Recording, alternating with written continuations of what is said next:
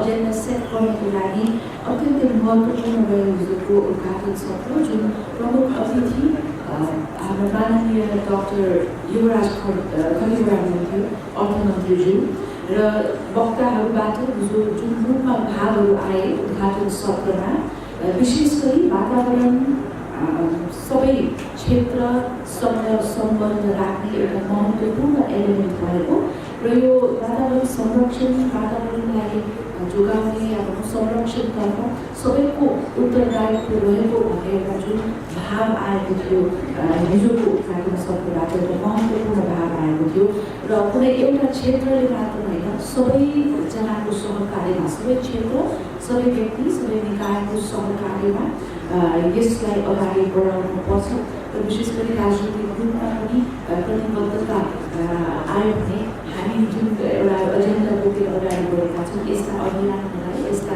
इनिसिएटिभ्सलाई सहज हुन्छ भन्ने भावना हामीले हिजो सुरु गर्यो उद्घाटन सत्र।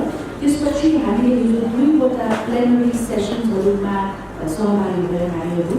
पहिलो विशेष गरी पहिलो सत्र यो अनुभव सेयरिङको सेसन थियो यो सत्र र यसबाट केही सुझावहरू अत्यन्त महत्त्वपूर्ण सुझावहरू आए रेकमेन्डेसन्सहरू पनि आए विशेष गरेर यो नवीकरणीय ऊर्जाको क्षेत्रमा र संस्थागत रूपमा कसरी यसका विकास भइरहेछ यसका टेवा कसरी पुगिरहेछ भन्ने कुरा र विशेष गरी यो मार्जिनलाइज र भनरेबल कम्युनिटिज डिसेबल कम्युनिटिजका केही आवाजहरू पनि हामीले यस सत्रमा सुन्न पायौँ जान्न पायौँ हामीले आफ्ना कुराहरू पनि राख्न पायौँ। दोस्रो सत्र अलि अन्तर्क्रियात्मक थियो यहाँहरूसँगै अन्तर्क्रियात्मक सहभागितामा हामीले सो सत्र चलायौँ विशेष गरी एग्रिकल्चर सेक्टरमा भन्ने कुराहरू हाइलाइट थियो त्यो सत्रको विशेष गरेर र बेसिकली यो सत्रबाट चाहिँ अहिले जुन प्र्याक्टिसहरू भइरहेका छन् एग्रिकल्चर सेक्टरमा त्यो चाहिँ वातावरणीय रूपमा चाहिँ हामीले धेरै अब विपन्न वर्गबाटै भएका लोक अनि त्यो लेभलमा भइरहेका प्र्याक्टिसेसहरू उहाँहरूको पार्टिसिपेटरी र उहाँहरूलाई पनि समृद्धिको साझेदार बनाउने रूपमा कार्यक्रमहरू अगाडि लैजानुपर्छ र जुन हामीले यो मेक नेपाल ग्रिन भन्ने एउटा आइडिया कन्सेप्ट जुन हामीले लिएर आएका छौँ तपाईँहरू समक्ष यो कन्सेप्टको सिपमा लिएका त्यही अनुरूप रहेको र कृषि नवीकरणीय ऊर्जा र जुन मेक नेपाल ग्रिनमा हामीले एउटा अर्गनाइजेसन गरेर एउटा जुन प्याकेज लिएर आएका छौँ यसलाई कसरी सपोर्ट गर्न सकिन्छ भन्ने रूपमा एउटा इन्साइटफुल प्रेजेन्टेसन नयाँ ऊर्जाका साथ अझै धेरै यसमा अन्तर्क्रिया गर्ने अझै जान्ने यसबारे अलिकति अझै छलफल पार्टिसिपेटिङ युवाहरू छन् पार्टिसिपेटिङ ग्रासरुटका किसानहरू छन् त्यस्तै ग्राउन्डमा काम गर्ने कृषि क्षेत्र या अरू संस्थागत क्षेत्र कस्तो एक्टिभिटिज छ उहाँहरूको अनुभवहरू कस्तो छ यो बारे थोरै छलफल हामी गर्नेछौँ पहिलो सत्रमा भने र दोस्रो सत्र विशेष गरेर समापन हुने गर्छौँ यो छोटो जानकारी उहाँलाई दिएपछि अब म पहिलो सत्रका हाम्रा विशिष्ट मेम्बर्सहरूलाई सदस्यहरूलाई माथि आमन्त्रण गर्न चाहन्छु आदरणीय महानुभावहरू योभन्दा पहिले एउटा सानो छिटो ऱ्यापर गरिदिनुहोस् पऱ्यो र अर्को फ्लोरको जुन सहभागिता छ हामी धेरै से धेरै सहभागिता होस् भन्ने चाहन्छौँ तपाईँहरूको कुनै प्रश्नहरू छन् केही कमेन्टहरू छन् सुझावहरू छन् राखिदिनुहोस् र सबैको धेरै से धेरै सहभागिता होस् भन्ने कारण छोटो संक्षिप्तमा स्पेसिफिकली कुरा राखिदिनु भन्ने अनुरोध गर्न चाहन्छु मैले हिजो जस्तै म मिश्रित ल्याङ्ग्वेज युज गरिरहेको छु या कन्फ्युजन नहोस् हामीसँग विदेशी र नेपाली हामी दुवै सहभागिता रहेको छ इन्टरप्रिटेसनको पनि हामीसँग सेवा रहेको छ र वक्ताज्यूहरूले नेपाली वा अङ्ग्रेजीमा अर्को कुनै पनि एउटा भाषा प्रयोग गर्न सक्नुहुनेछ तर सानो निवेदन भने अङ्ग्रेजी भए प्रेजेन्टेसन प्रोग्राममा अङ्ग्रेजी भए अङ्ग्रेजीमै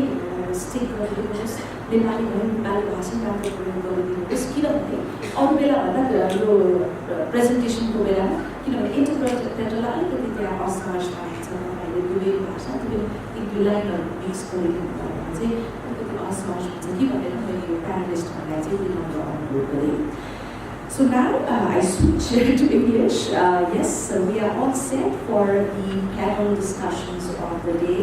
Much awaited panel. That is the first one, ladies and gentlemen, wherein we will be hearing life stories, the ground reality stories coming from their experiences.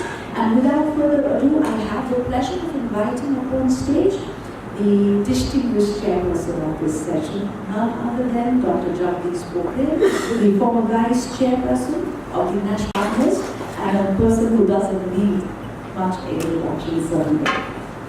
Thank you, sir. Thank you for gracing us and for being with us today. Very much pleased to have with us Mr. Stuart Muir Wilson. Yes, Muir Wilson. Moving on, I have the pleasure, ladies and gentlemen, of inviting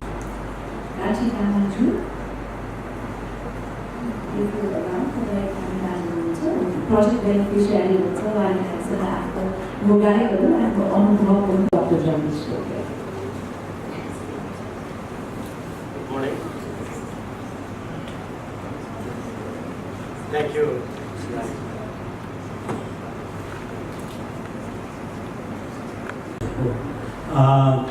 म अब यो दोस्रो दिनको पहिलो session सुरु गर्न गइरहेका छौँ भन्दा दिन चाहन्छु यो session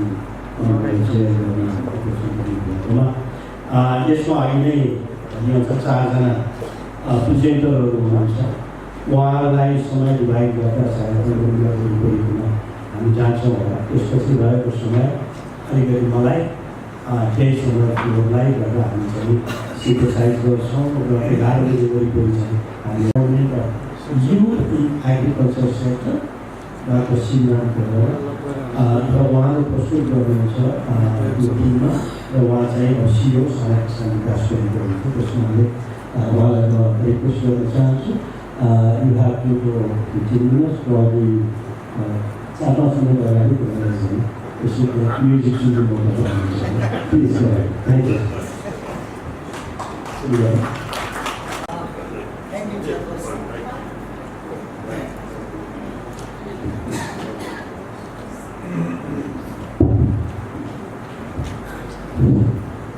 Namaskar, good morning, everybody. Thank you, Chairperson. Presenting some slides in this very, dignified gathering youth in agriculture. So, you see, this is youth bulk.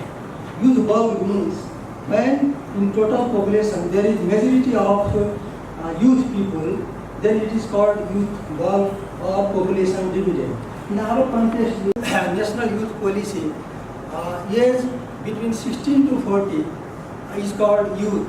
So in our context, you see approximately 40.68% of the population lies in the age group 16 to 40 years. That is, it is estimated that out of total population, 11 million people are young, youth people. So, female 54.5% and male 45.5%. This is according to National Youth Policy data. And you see, unfortunately, 1,600 Nepali youth leave the country for foreign employment each day. That is massive departure of economically active population to foreign lands.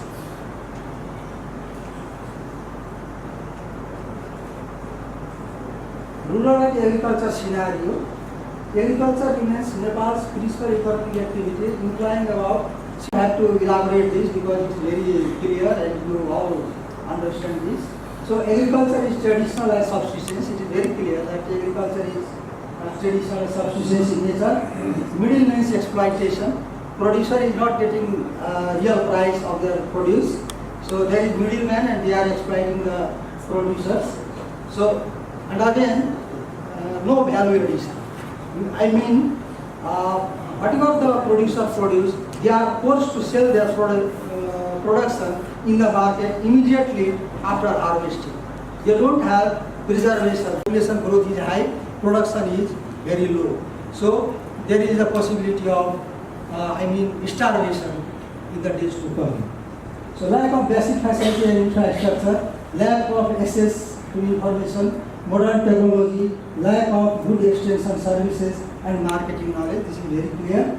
I will not elaborate this. Involvement of old age population in agriculture. You see very clearly that youth people are not attracted in agriculture. Old age people are doing agriculture, so that agriculture is very traditional and subsistence in nature. Rural unemployment and underemployment situation. Low factor 60%. It is estimated that smallholder farmers are 60% in Nepal. Young people can transform agriculture sector by applying new technology and new technique. There is need of young people's involvement in the agriculture sector. Agriculture sector is not looked at as viable sector of employment, especially for educated youth and remains highly unattractive. It is very clear. Youth are not attracted to agriculture. They think that it is not a profitable business. So they prefer to go to no profitability. Agriculture has an image problem, so no career advancement. Young people must play a pivotal role in ensuring a good secure future for themselves and for future generations. Youth are the future of farming. Though youth are the future of farming, they are not attracted to agriculture. Challenge and constraints. What are the challenges and constraints? See, perception of agriculture. Agriculture has image problem. Young people think that if I am involved in agriculture, then I don't have my career path. I don't have my future. So perception, it is image problem. Access to land, land is very fragmented. A small plots of land is available. So there is no good productivity and production. Collateral, which is not available for the young people. So no access to financial service, knowledge, information, no access to market, very difficult. Difficulty access green jobs. Green jobs means environment-friendly jobs. Youth people like environment-friendly jobs, green jobs, but agriculture is supposed to be, very, very dirty job. Whatever government formulates policy, there is no involvement, there is no participation of young people. So this is not a youth-friendly policy. This is Thailand. But it is said, research study says that agriculture is up to 4 times more effective than other sectors in reducing poverty. If you are to reduce poverty, if you plan to reduce, made more remunerative and rewarding in terms of income and profitability, youth will be attracted to the sector. If you want to attract the youth in the agriculture sector, then it should be made more more rewarding, and incentives should be given so that youth people will be attracted to agriculture. Youth are still generally regarded to an excessively risky client group. I have already mentioned that they don't have access to loan from commercial bank because commercial banks think that they are very, very risky groups. Lack of value addition, I have already explained. Probable ways to open business. So we have to communicate this. This is the problem of communication. Agricultural and vocational training for requisite skill. Vocational training should be given. Land lease and rental to facilitate to the youth. Agriculture curricula at school level, free online training course, and distance learning for young farmers. These are the things to create. Then youth will be able to get a startup capital or working capital from that venture capital fund. So it is a must of attracting youth in agriculture. Renewable energy in place of fossil fuel. Empowering youth to tackle climate change in agriculture is essential for future sustainability. Encouragement to practice climate smart practices. We used to play roles to involve youth in agriculture.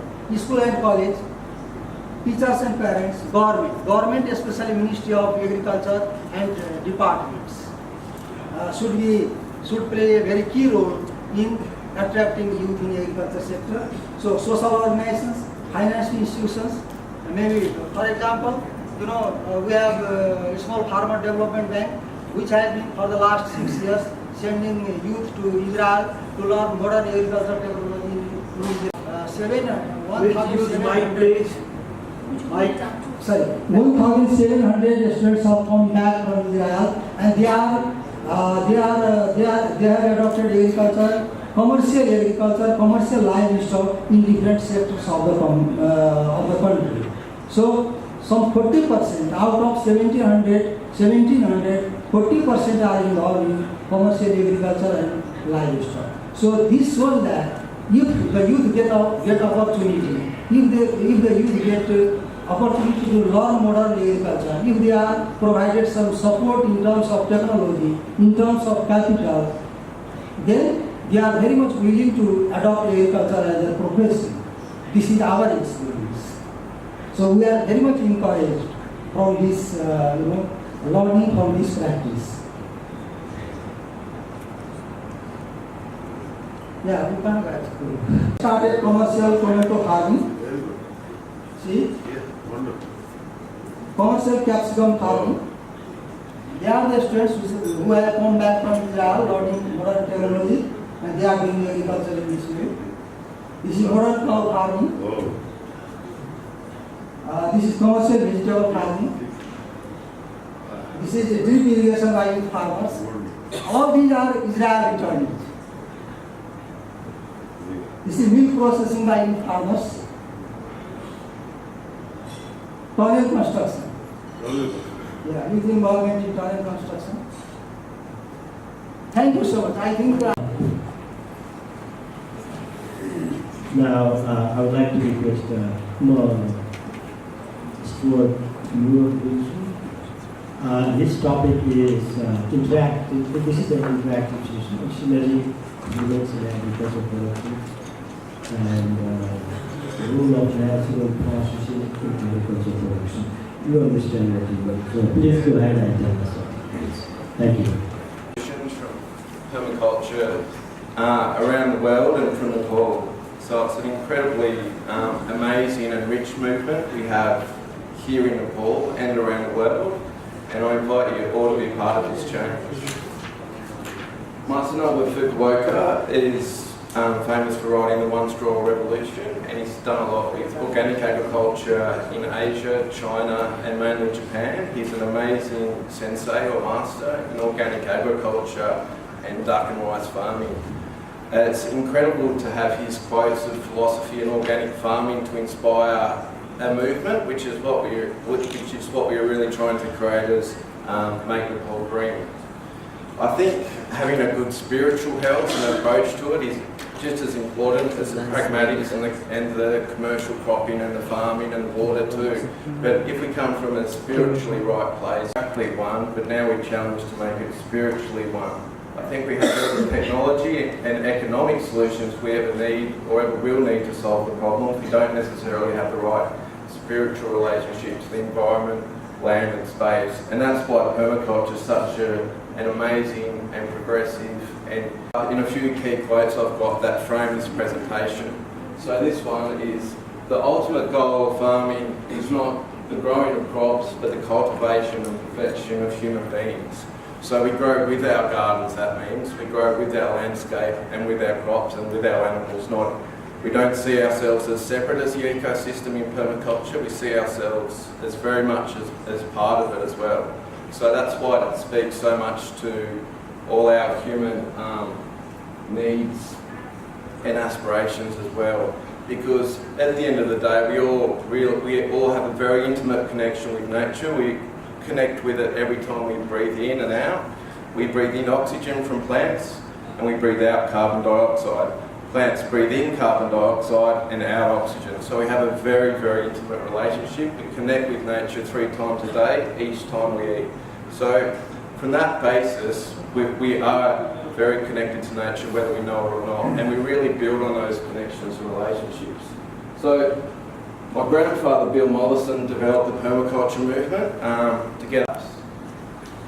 So permaculture is basically a philosophy of working with rather than against nature, of looking at systems in all their functions rather than only asking one yield of them, and allowing systems, ecosystems and gardens to demonstrate their own evolutions. So it might seem complex, but it's really, really simple at the same time as well. So on the right side, there's just a demonstration of what that would look like in agro. Asking 1 yield, we can get 10 yields from our gardens as well. So it's a lot more profitable, sustainable working in with those ecosystems of nature.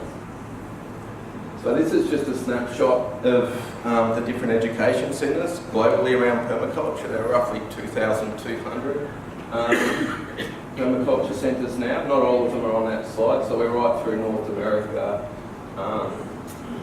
South America, Africa, Asia, Europe, Australia, the subcontinent too. And I was saying to one of my friends a few years ago, oh, we're on every continent apart from Antarctica. And he said, no, wait a minute, we're on Antarctica as well, because his father took permaculture there as part of the Antarctica mission too. So we're on every global continent, and that's because we always work from a system of listening to from nature as well, which we'll unpack through this presentation. So a bit about my history and my background in permaculture. I grew up with my grandfather, Bill Mollison, on the farm. So he was the founder of permaculture and he travelled around the world for 40 years, 28 times, spreading permaculture to 75 different countries, which then Lisa Mollison. So we developed it into 4 different sophisticated food forest typologies, from a bare pasture up into a mature forest. So it's quite an amazing and magical experience growing up with a forest as a child into a young adult. On the right hand side we can see the Indigenous map of my country, Australia. So that's all the Indigenous nations of the Aboriginal people. So that's quite a rich, that little island down the bottom right, that's us down there. We've got 7 Aboriginal nations, but there's nothing between us and Antarctica, so it's a very cold and fresh place as well. So a bit more about my background. I've done 3 years Bachelor of Environmental Design, so I developed in architecture, landscape and urban design together at university. Master of Architecture with an honours thesis, combining permaculture, architecture and development design. This is what I'm currently up to in Australia. So I work with the Crisis Accommodation Centre. So we've got 6 self-contained units for children experiencing poverty and 6 crisis accommodation units for family violence victims. But we have a very big permaculture and garden healing program covering the whole centre, where we grow the entire food for the centre. We grow mushrooms, we have animal therapy, ducks. I'm very passionate about growing mycelium mushrooms, which is just something I'm really inspired about at the moment. And down the bottom right, you'll see one of our illegal guerrilla gardens along the roads too. So we try to inspire the youth to engage positively with urban space as well, which we've had great response with. So just as a quick snapshot, we've gone down from 30 violent acts of violence in the centre per month without the gardens to 1 to 3 with the gardens. So that just goes to show the healing power in spirit at quite a profound level. These are some more illegal gardens. I like to coin them illegal gardens because I don't think anybody really owns land. I think it's just a human construct, but that's just my philosophy on the whole thing. But we, at university, we made these guerrilla gardens, so our record was making 6 illegal gardens in one night. So we dropped them all into the car park and really inspired the city to engage in environmentalism. So, and we'll put political slogans on the side, so food is free, or grow free food for the poor, which is quite a big issue that's quite common across continental poverty. So through that one night, we were able to inspire a whole movement in the city. And the only reason I did it is because everybody said it couldn't be done. This is one of my more professional projects at the in my Masters of Architecture. So it's an urban design, quality living standards, social enterprise, community centres. So the architecture is quite holistic. It heats itself, it powers itself too. So I think through setting aspirational goals in our design, we can achieve a lot more. So that's why I'm so passionate and I work so hard, because I believe that working together we can achieve a lot more. But we've also got a lot of different garden typologies in our urban space here. And this was once just a car park, but now we've re-envisaged it as a community garden and as a community hub, education and social housing as well. So that's what the power of imagination is.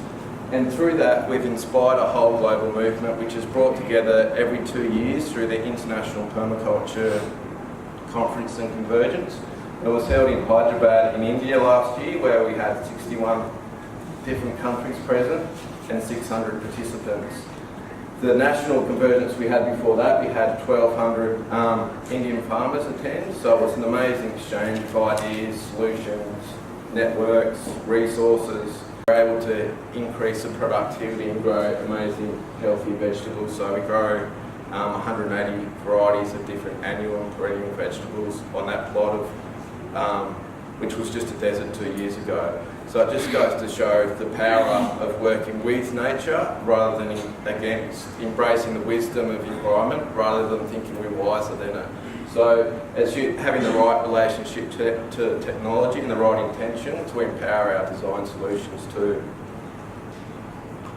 So this is basically what unites the permaculture global community that has millions of system does.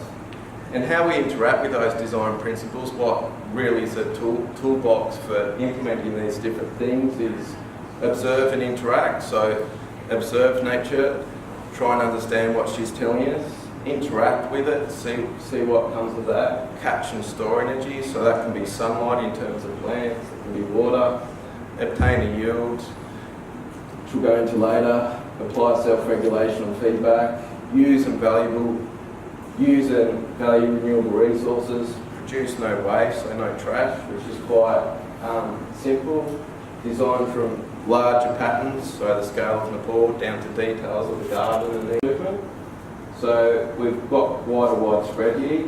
Bill Mollison, my grandfather, visited Nepal in 1986, and the movement's been getting stronger and stronger ever since. Nepal hosting practitioners, gardeners, teachers. So Maya, she's an incredible female farmer that teaches everybody in the community health and nutrition issues, mothering skills, and runs a barefoot consultancy, which is just permaculture consultants that live in communities and teach them sustainability solutions for 1 to 2 years. So I had a session of training with those guys, and then that's Boven on the right in his beautiful permaculture garden on the hills. So he manages the centre as well. And we also had a session there talking with 40 different community leaders from around the local villages. So this is basically how we work with agroforestry, which is imperative to fend off drought and erosion, which are huge issues in Nepal. Of 1 or 2 yields, we're getting up to 7 from that system.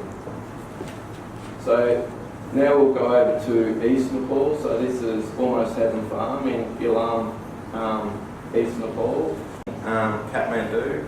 So they've got incredible programs, projects, schools, lessons, things to do. So quite inspiring work they do on steep slopes. So we had a joke there. He's got 4 acres of land, but because it's all terraced, he's got 5 acres of vertical garden too. Talk around the paths and the geometry of it, which can make our gardens and our terraces quite a lot richer if we think of design and drawing in those manners as well.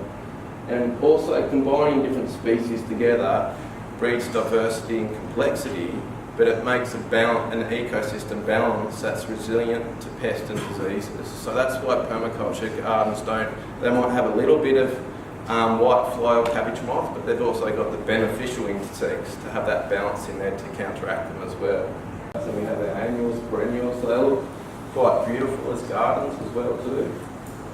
Integrating all these through different concepts and themes and always testing through design. So permaculture is basically design heavy, so we design and test our drawings on paper before we put them in the real world. We talk about them with other designers as well. We do fruit tree fields as well, so that can be little isolated gardens, they can be on roundabouts, annuals or perennials underneath it. We always work with the concept of time, so always got a planting and succession crop planted in there as well. So basically, we work within these cycles and guilds to keep the carbon and the nitrogen and everything our plants and our annuals and our perennial crops need to feed. And we're always attracting birds which bring in new seeds and new insects and nutrients as well. So it makes our systems really resilient too. We also use swales in agroforestry as well to filter off groundwater and stop the water taking off our soil and put it into the groundwater, into the roots where our plants and animals can use it as well. So there's quite a lot of different systems. Institutional assistance कसरी लाइभलीहुडमा improvement आयो इन्स्टिट्युसनमा परिवर्तन गरेर भन्ने नै उहाँको main theme छ। प्रस्तुत गर्नुहुन्छ 15 मिनट जति 12-13 मिनट भएपछि हामी रोक्छौँ है। यहाँ मको गरी किसान गाउँपालिका वार्ड मन्त्री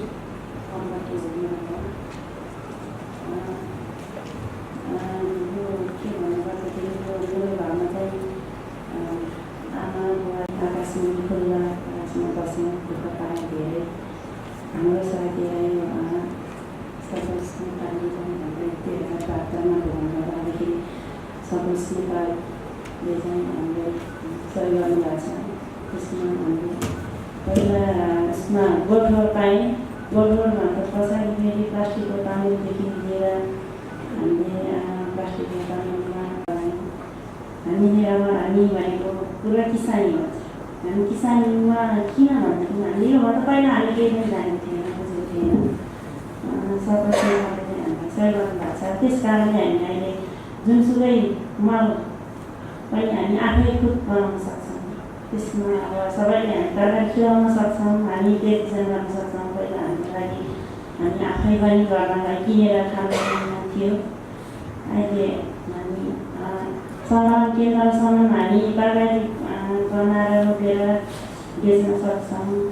हामी समूह मिलेर हाम्रो यसमा योभन्दा पहिला हाम्रा टिग्रीमा चाहिँ केही उत्पादनहरू पनि थिएन।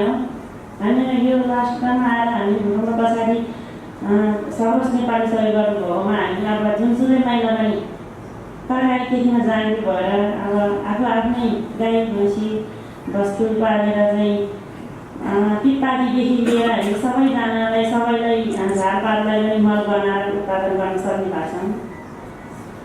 हामी बितुल नगरपालिकासम्म हाम्रो समावेशहरू विदेशमा मात्रै जाने हुन्छ।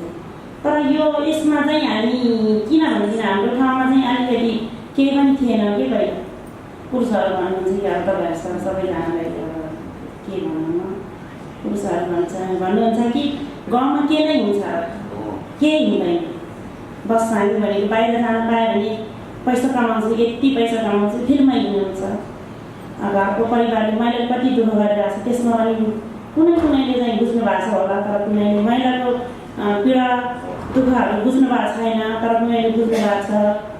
हामी पहिला त कति कमजोरीमा थियो अहिले हामी धेरै बुझ्नेमा छौँ। हामी सबै कुरा हामी आफ्नै हातमा भइसकेका छौँ। कुनै पुरुषले देउला र खाउला भनेको उसमा बसेको छैन। हामी महिला भएर पनि हामी जे पनि गर्न सक्छौँ।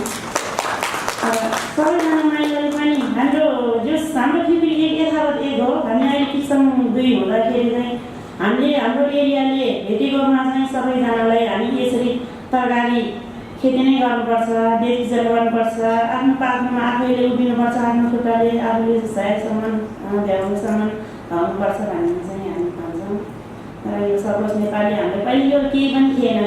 हाम्रो ठाउँमा फिब्रीमा चाहिँ कुनै संस्थाले पनि सहयोग गर्नु भएको थिएन। पहिलो फर्स्ट भनेको सर्वोच्च नेपाली नै हो हामी सहयोग गर्नुभएको। त्यसमा हामी अब हाम्रो दुःख र म्यानेजले हो कि के गर्दाखेरि म यहाँ सर्वोच्च नेपाली यहाँसम्म ल्याइदिनु भएकोमा पनि सर्वोच्च नेपाली धेरै धन्यवाद दिन्छु म। अब यहाँसम्म आइदिनु हामी किसानी हो खुदै हामी गाउँठाउँमा बसेर यस्तो ठाउँमा हामी आउनु पनि धेरै खुसी लागिरहेको छ मलाई। के भने हामी दुःखी नै हो, पहिला दुःखी थियो धेरै। अहिले हामी यसरी अब यो सबैजनासँग भेटघाट गर्न पनि हाम्रो धेरै भाग्यमानी हो। हामी कुनै ठाउँमा हामी योभन्दा पहिला त हामी केही पनि थिएन, अनपढ थियो, हाम्रो कुनै ठाउँमा केही पनि थिएन। हामी अहिले हामी 5 रोपनीसम्ममा आफै खुद तरकारी खेती गरेर बेच्न सक्छु। मेरो घरमा बाख्रा भैँसीदेखि पालेर म सबै यो भैँसीको मुद्दे गरेर आफ्नै घरमा मेरो घरमा तपाईँहरू यही हाम्रो सर्वोच्च नेपालको अध्यक्षज्यू पनि आउनु भएको छ मेरो हाम्रो फिक्री गाउँमा। उहाँलाई पनि म धेरै धन्यवाद दिन्छु। हामी चाहिँ आफ्नै गाउँघरमा चाहिँ हामी आफै खुद मलमा भइरहेछौँ। तर महिलाहरू पनि अब जो नबुझेको महिलाहरूले पनि बुझ्ने होस् भनेर हामी चाहिँ सबैजनालाई अब हुन्छ समेट्न सक्छ कि भन्ने कुराहरू पनि भनिरहेछौँ। अहिलेसम्म हामी यो तरकारी खेतीमा धेरै खुसी भइरहेछौँ। अनि फेरि के अब अहिलेसम्म हाम्रो घर परिवारलाई अब हामीले हाम्रो एरियामा चाहिँ हामी पुरुषलाई पनि हाम्रो यही तरकारी खेतीमा गुजारा गर्ने विचार हामी गरेर बसेका छौँ। अनि के अब सबैजनालाई केही भन्दै म सर्वोच्च नेपाललाई पनि धन्यवाद दिन्छु। यही सहयोगीमा पनि सबैले धन्यवाद।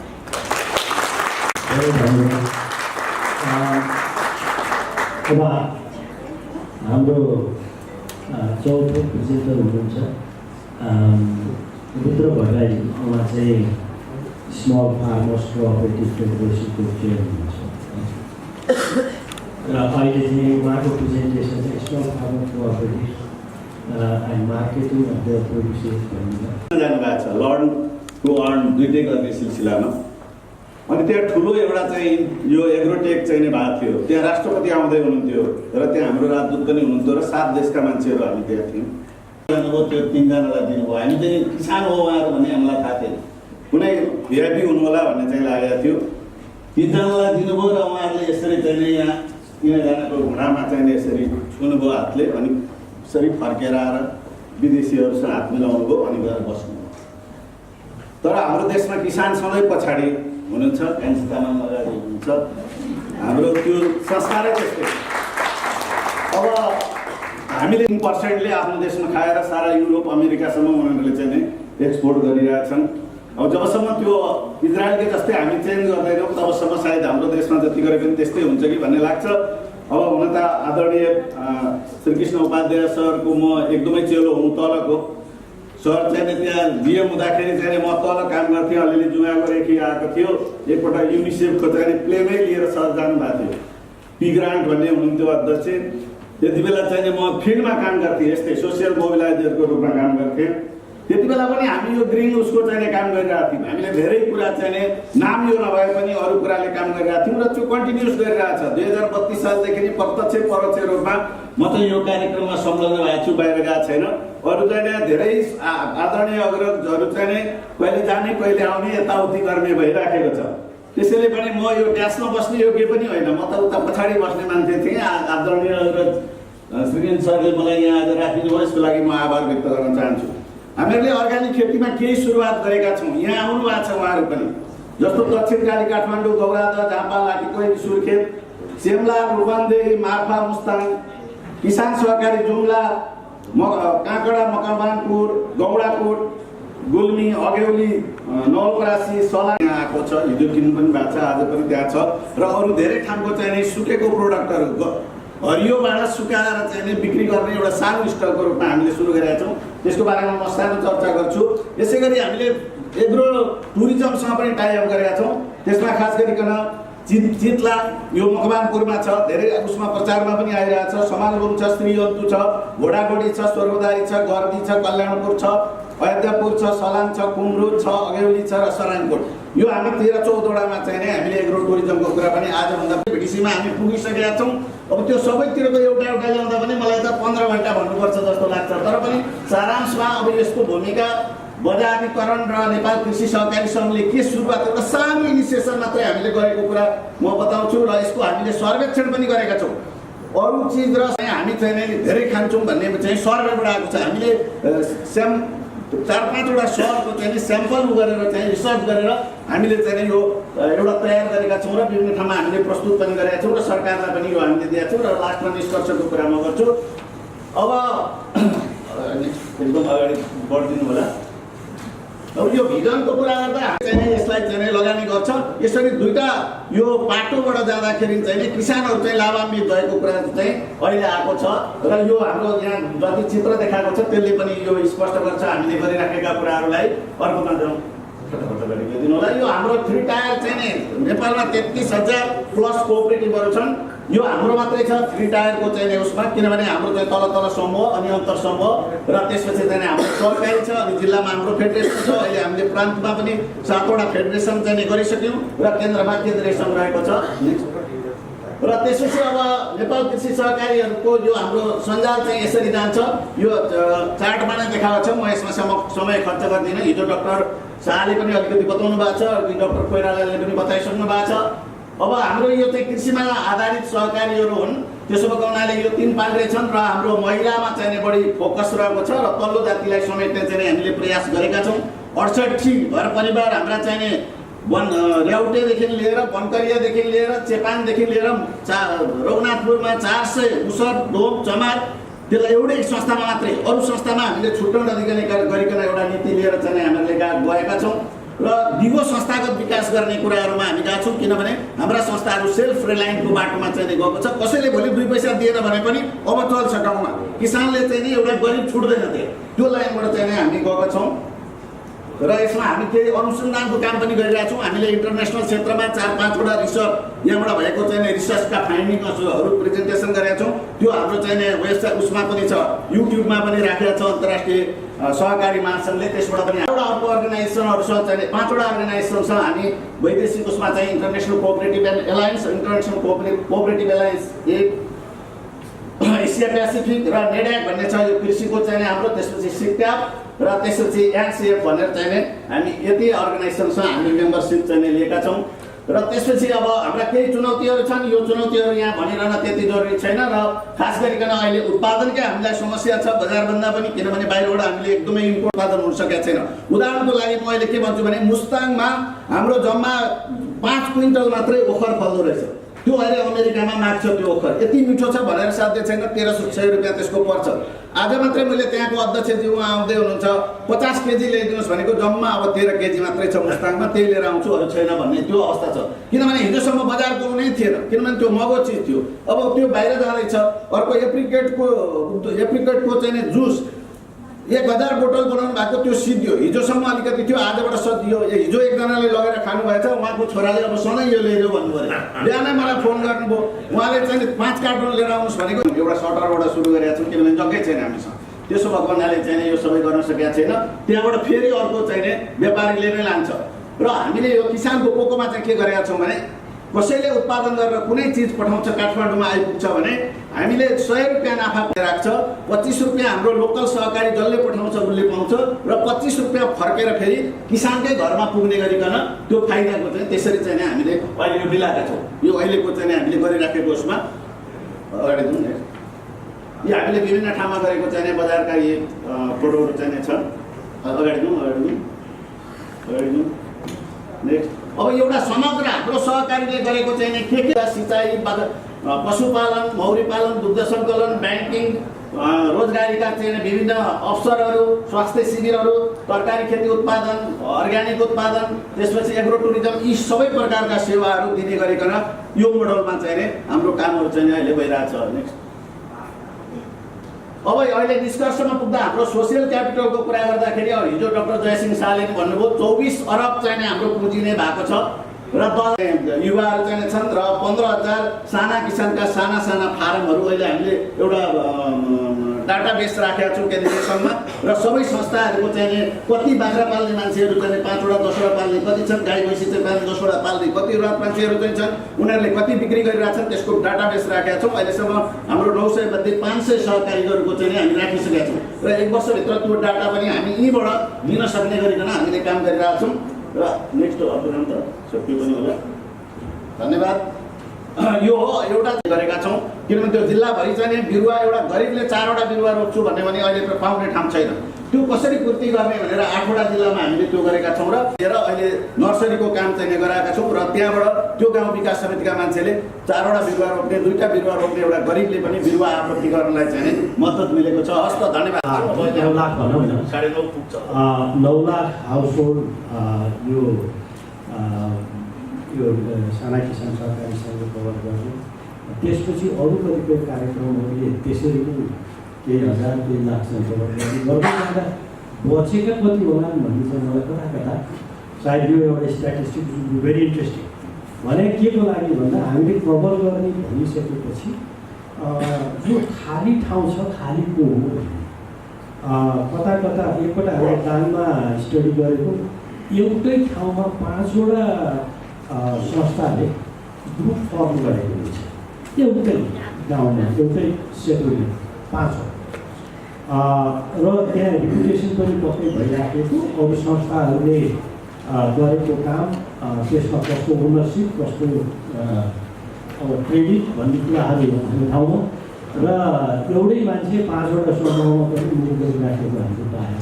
मैले भन्ने के होला यसको प्रकृति देशभरिको हेर्दा कि चाहिँ स्प्रेड कसरी भएको होला यो ग्रुपहरूको कन्सन्ट्रेसन र कहाँ बढी कन्सन्ट्रेसन, कहाँ चाहिँ ग्याप होला भनेर सायद अब यो यहाँले गर्ने भन्दा पनि नेसनल प्लानिङ कमिसन अथवा नेपाल गभर्मेन्टको कुनै एजेन्सीले त्यसलाई स्टडी गर्नुपर्छ जस्तो मलाई। जसले गर्दा हामीले जुन अघि स्केलिङ अपको कुरा गरेका छौँ र सिनर्जीको कुरा गरेका छौँ, त्यो कुरोमा चाहिँ रिसोर्सको प्रपर युटिलाइजेसन र अपस्केलिङमा हेल्प गर्ने चाहिँ एउटा आधार बन्थ्यो कि जस्तो मलाई अहिले यहाँ गरेको प्रस्तुतिमा चाहिँ मैले सुनेर यो कुरो गरिराखेको छु।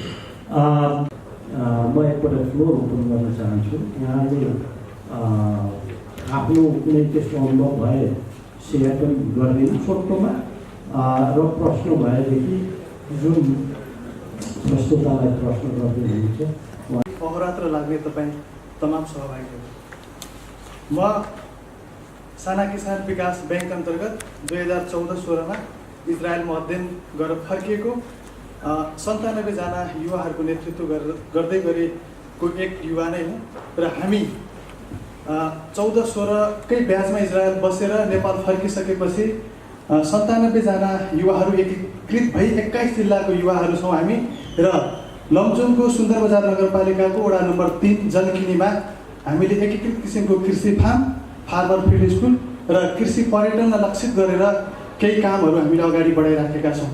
र यो बिचमा हामीले जग्गा पास गर्ने अथवा जग्गा किन्ने प्रक्रियाका लागि लगभग 6 महिना जति 3 महिना जति जग्गा खोज्ने क्रममै काठमाडौँ वरपरका जिल्लाहरू र त्यसपछि जग्गा भेटिसकेपछि पनि 72 जना किसानको त्यो 200 रोपनी जग्गा पास गर्दाखेरि हामीले 6 महिना अवधि अल्मलियौँ र त्यसपछि सामूहिक रूपमा नेपालमा के गर्नु आवश्यक छ भनेर त्यहीँबाट फर्केका युवाहरू मिलेर अहिले हामी काम गर्दैछौँ र हामीले 4 रोपनीको नेचुरल भेन्टिलेसन ग्रिन हाउसमा तरकारी 3 बाली उत्पादन गरिसक्यौँ र 10,000 हामीसँग बोइलर कुखुरा छ अहिले पनि र 3वटा बोइलर कुखुराको चाहिँ स्ट्रक्चरहरू निर्माण भइराखेको छ र 100वटा गाई अट्ने फार्म चाहिँ को काम निर्माणकै काम भइराखेको छ र हामी आफै काम गर्छौँ र आफ्नै लगानी छ र हामी आफैले मिलेर त्यो फार्मलाई विकास गर्दैछौँ र जेठको पहिलो हप्तादेखि पश्चिमाञ्चलको 16 जिल्लाको 50 जना र नेपाल भूतपूर्व आर्मीहरूको एउटा सैनिक कल्याणकारी पोस्टको 10 जना गरेर 60 जनालाई जेठको पहिलो हप्ताबाट हाम्रो फार्मभित्र प्र्याक्टिकल्ली उनीहरूलाई चाहिँ फार्मर्स फिल्ड स्कुलमा त्यहीँ 5 दिन काम पनि गर्ने र 2 दिन चाहिँ उनीहरूले हामीले त्यहाँ कक्षाको पनि व्यवस्थापन गरेर त्यसरी त्यो कामलाई पनि अगाडि बढाइराखेका छौँ र आज मलाई खुसी छु यो अर्थमा कि म साना किसान सहकारी मार्फत नै इजरायल गएर 2 वर्ष अध्ययन गरेर फर्केँ। मेरो नेतृत्व गर्ने 2 जना अभिभावकहरू आज यही स्टेजमा हुनुहुन्छ। एक सहकारी साना किसान सहकारी सङ्घको अध्यक्षज्यू स्टेजमा हुनुहुन्छ र साना किसान विकास ब्याङ्कको अध्यक्षज्यू यहीँ हुनुहुन्छ र मैले अब उहाँहरूबाट आश गरेको कुरा के हो भने सामूहिक रूपमा यसरी कृषि गर्ने युवाहरूलाई लक्षित गरेर जति पनि अबको बजेट र अबको नीति तथा कार्यक्रममा यी यस्ता युवाहरू जो चाहिँ आफै काम गर्छन् र आफ्नै श्रममा विश्वास गर्छन् उनीहरूलाई राज्य स्तरबाट दिइने अनुदानका कार्यक्रमहरूमा अहिलेसम्म हामीले 1 रुपैयाँ कुनै पनि निकायको अनुदान लिएका छैनौँ र 4.5 करोड जति हामीले त्यहाँ खर्चिसकेका छौँ र अब हामीलाई पुँजीको अभाव हुने स्थितिमा आइसकेका छौँ र हामीले कामलाई व्यवस्थित गर्दै अगाडि बढ्ने चरणमा छौँ र राष्ट्रिय योजना आयोगको उपाध्यक्षज्यू पनि यहीँ हुनुहुन्छ र यो फोरमको सभाध्यक्षता पनि गरिरहनु भएको छ र उहाँलाई पनि मैले के अनुरोध गर्न चाहन्छु भने हामी जस्ता युवाहरूको लागि अहिलेसम्म बनेका कार्यक्रमहरूले सम्बोधन गर्ने कुनै पनि त्यो लुज भल्भहरू रहेछ र जब जुन दिनसम्म हामी 2 रोपनीमा खेती गर्ने किसानलाई नै त्यो बिउ मल र उसकै चिन्ता गरेर नेपालमा कृषिमा आत्मनिर्भर बनेर हामी निर्यात गर्ने सपना देख्छौँ तबसम्म त्यो सम्भव छैन र हाम्रो देशको जमिन जुन व्यक्तिको नाममा चाहिँ जमिन हुने र खेती गर्ने असली किसानले त्यो जमिन उपयोग गर्न नपाउने र एउटा दलालको हातमा चाहिँ जमिन चाहिँ बाँझिएर बस्ने स्थिति छ। यो सन्दर्भलाई पनि नीति निर्माताहरूले ध्यान दिनु हुन मैले अनुरोध गर्छु र अर्को कुरा म के राख्न चाहन्छु भने उत्पादनको आधारमा अहिलेसम्म दिइराखेको अनुदानलाई उत्पादनको आधारमा चाहिँ अनुदान दिने व्यवस्था पनि मिलाउने कुरामा पनि ध्यान दिनु जरुरत छ। जबसम्म एउटा किसानले गरेको उत्पादन जति उत्पादन गर्छ त्यसको आधारमा निश्चित प्रतिशत चाहिँ उसलाई चाहिँ अनुदान दिएर त्यसरी प्रेरित गर्नु पनि जरुरत छ र साना किसानहरूको लागि मैले चाहिँ बिल्कुल बेहित हुने कुरा गरेको होइन। जबसम्म हामीले ठुलो मात्रामा उत्पादन र ठुलो मात्रामा कृषिमा लगानी बढाउन सक्दैनौँ तबसम्म हामीले चाहेको परिवर्तन र नेपाल आफैमा आत्मनिर्भर बन्न निर्यात गर्ने कुरा पुरा गर्न सक्दैनौँ। त्यसका लागि हामीले पहिलो चरणमा आफ्नो उत्पादन बढाउनका लागि पनि जोड हुने किसिमको काम गर्नलाई सबैलाई आह्वान गर्छु। हस्, धन्यवाद। कृष्ण प्रसाद बजगाई, आरावा नेपाल मोडर्न एग्रिकल्चर कम्पनीको अध्यक्षको रूपमा छु। भनेर हामीले भनिराखेका छौँ तर त्यसको चाहिँ वास्तवमा फाइलिङ्सहरू त्यति सेयर भयो जस्तो मलाई लाग्दैन। सायद योभन्दा पहिला गरेकाहरूको यी कुरा पनि तपाईँहरूले एउटा लेसनको रूपमा लिएर आउनुहुन्छ जस्तो लाग्छ। ज्योति ग्रुपको लगानीमा चाहिँ त्यो फार्म बनेको रहेछ। जब हामी इजरायलबाट फर्केर जग्गा खोज्नका लागि विभिन्न जिल्लाहरू भुक्तारिराखेका थियौँ त्यही बिचमा हामीले त्यो फार्मलाई 2 पल्ट निहाल्ने अवसर पायौँ र पदम ज्योति र मीरा ज्योति उहाँहरूको दुवैजनाले हाम्रो कम्पनीलाई पनि त्यो फार्म चलाउन चाहिँ उहाँहरूले अनुरोध गर्नुभयो। उहाँहरूले 3.5 करोड जति लगानी गरेर त्यो स्ट्रक्चर डेभलप गर्नुभएको थियो ताकि त्यो फार्म हेर्दा लाग्थ्यो त्यो युरोपियन कन्ट्रीमा भएको फार्मभन्दा कुनै कमी थिएन र त्यहाँभित्र एउटा मात्रै कुराले गर्दा त्यहाँ एउटा बाली पनि उत्पादन लिन सकिएन। जबकि पोलिनेसन नगराइएको कारणले गर्दा पहिलो पालि नै पूर्ण रूपमा असफल भइसकेपछि उहाँहरू बिचमा चाहिँ एक किसिमको के हो त यति राम्रोसँग भन्दा हामी चाहिँ डिसेबिलिटी सेक्टरमा र लाइभलीहुड सेक्टरमा हामी काम गरिरहेछौँ। अलिकति सेयरिङको लागि र हाम्रो ब्याङ्क यहाँ साना किसान ब्याङ्क भएको भएर मलाई अलिक सेयरिङ गर्नु मन लाग्यो। हामीले चाहिँ डिसेबिलिटी भएको जस्तै व्हिलचेयर युजरहरूलाई चाहिँ एउटा किचन गार्डनिङको ट्रेनिङहरू दिएको थियौँ। त्यसमा चाहिँ उहाँहरू कस्तो हुनुहुन्थ्यो भने एसआरसीमा जो हुनुहुन्छ उहाँहरूलाई चाहिँ त्यहाँ बस्दा डिप्रेसन हुने होइन अलिकति मनोबल गिर्ने यस्तो भइरहेको थियो। हामी चाहिँ 21 दिनको किचन गार्डनिङ ट्रेनिङ दिँदाखेरि चाहिँ उहाँहरू एकदमै उत्साहित भएर हामी पनि गर्न सक्ने रहेछ होइन आत्मबल उहाँहरूको बढ्यो। यसले गर्दा हामीले चाहिँ अझ यसलाई चाहिँ अझै एडभान्समा लाने र उहाँहरू चाहिँ आफ्नो घर फर्केपछि त्यही टेक्नोलोजी युज गर्नुहोस् भनेर जस्तै साना किसान ब्याङ्कहरू हुनुहुन्छ होइन उहाँहरूले कसरी चाहिँ यस्तो डिसेबल भएको व्यक्तिहरूले यदि चाहनुभयो भने कस्तो तपाईँहरूको चाहिँ आगामी योजनाहरू छन् अथवा बनाउनु पर्ने छ भने म चाहिँ के अनुरोध गर्छु भने यहाँ त्यस्तो व्यक्तिहरूलाई पनि अलिकति योजनाहरू चाहिँ बनाएर चाहिँ अगाडि उहाँहरूलाई पनि एउटा उत्साह हुन्थ्यो भन्ने चाहिँ म एउटा सजेसन पनि हो र सेयरिङ पनि गर्न चाहन्छु। Thank you. लगाएको थियौँ एचआइभी पोजिटिभहरूलाई पनि योभन्दा अगाडि गराएको थियौँ र त्यसपछि चाहिँ स्पाइनल इन्जर्डहरू जो चाहिँ व्हिल चेयरमा बस्नुहुन्थ्यो उहाँहरूलाई पनि हामीले चाहिँ अलिकति रेज बेड कसरी उहाँहरूले सक्नुहुन्छ त्यसलाई चाहिँ हामीले किचन गार्डनिङको एउटा ट्रेनिङ दिएर उहाँहरूले गर्न सक्ने काम चाहिँ केयरटेकरहरू पनि बस्नुहुन्थ्यो र गर्न सक्ने काम जस्तै बिउ रोप्ने गर्दाखेरि अलिकति उहाँहरू माटोमा इन्गेज हुँदाखेरि उहाँहरूलाई अलिकति फ्री भयो जस्तो होइन त्यो पनि हुने र एउटा चाहिँ लाइभलीहुड पनि आफै नै सेल्फ इन्डिपेन्डेन्ट हुने त्यो पनि उहाँहरूले एउटा चाहिँ अवसर देख्नुभयो। यो गर्दाखेरि चाहिँ हामीले चाहिँ के लाग्यो भने त्यसै मलाई चाहिँ यो session youth involvement in agriculture sector चाहिँ एकदमै भेरी इन्ट्रेस्टिङ हुन्छ जस्तो फिल भइरहेको थियो होइन। तर अहिले चाहिँ हाम्रो युथहरू चाहिँ मोर इन्टु अन्टरप्रिनरसिप डेभलपमेन्टतिर पनि गइरहेछ। हाम्रो युथहरू अझै आफै केही गरौँ आफैले केही गर्नुमा नै अलिकति राम्रो छ लङ टर्ममा उनीहरूले आफ्नै बारेमा आफैले नै केही गरौँ रादर देन सर्भिस या अरूकोमा काम गर्नुभन्दा आफै केही गरौँ भन्ने खाने फिलिङ्स भावनाहरू आइरहेको छ। सो यसमा चाहिँ टु इन्भल्भ युथ होइन अलिकति इनोभेटिभ आइडियाजहरूमा चाहिँ हामीले इन्भेस्ट गर्नुपर्ने हुन्छ। यसै गरी इन्भल्भमेन्ट एन्ड इन्स्टिट्युसन कसरी आउँछ भने हामीले चाहिँ फाइनेन्सियल इन्स्टिट्युट्सहरूसँग मिलेर इनोभेटिभ आइडियाजहरूलाई फोरमहरूमा पिच गर्न लगाएर युथहरूले त्यसो गर्दाखेरि चाहिँ हाम्रो युथहरू मोर एम्पावर्ड हुन्छ। अब यो फेरि हाम्रो सरले के भन्नुभयो डाक्टर साहबले youth are very risky client भन्नुभयो। अब यो कस्तो अचम्म भयो कि किनभने युथहरूसँग they don't have so much capital to invest in the idea and banks or financial institution they don't trust them to give some large amount of money. So अब कस्तो यो हुन्छ नि दुईवटा कुरा भयो क्या।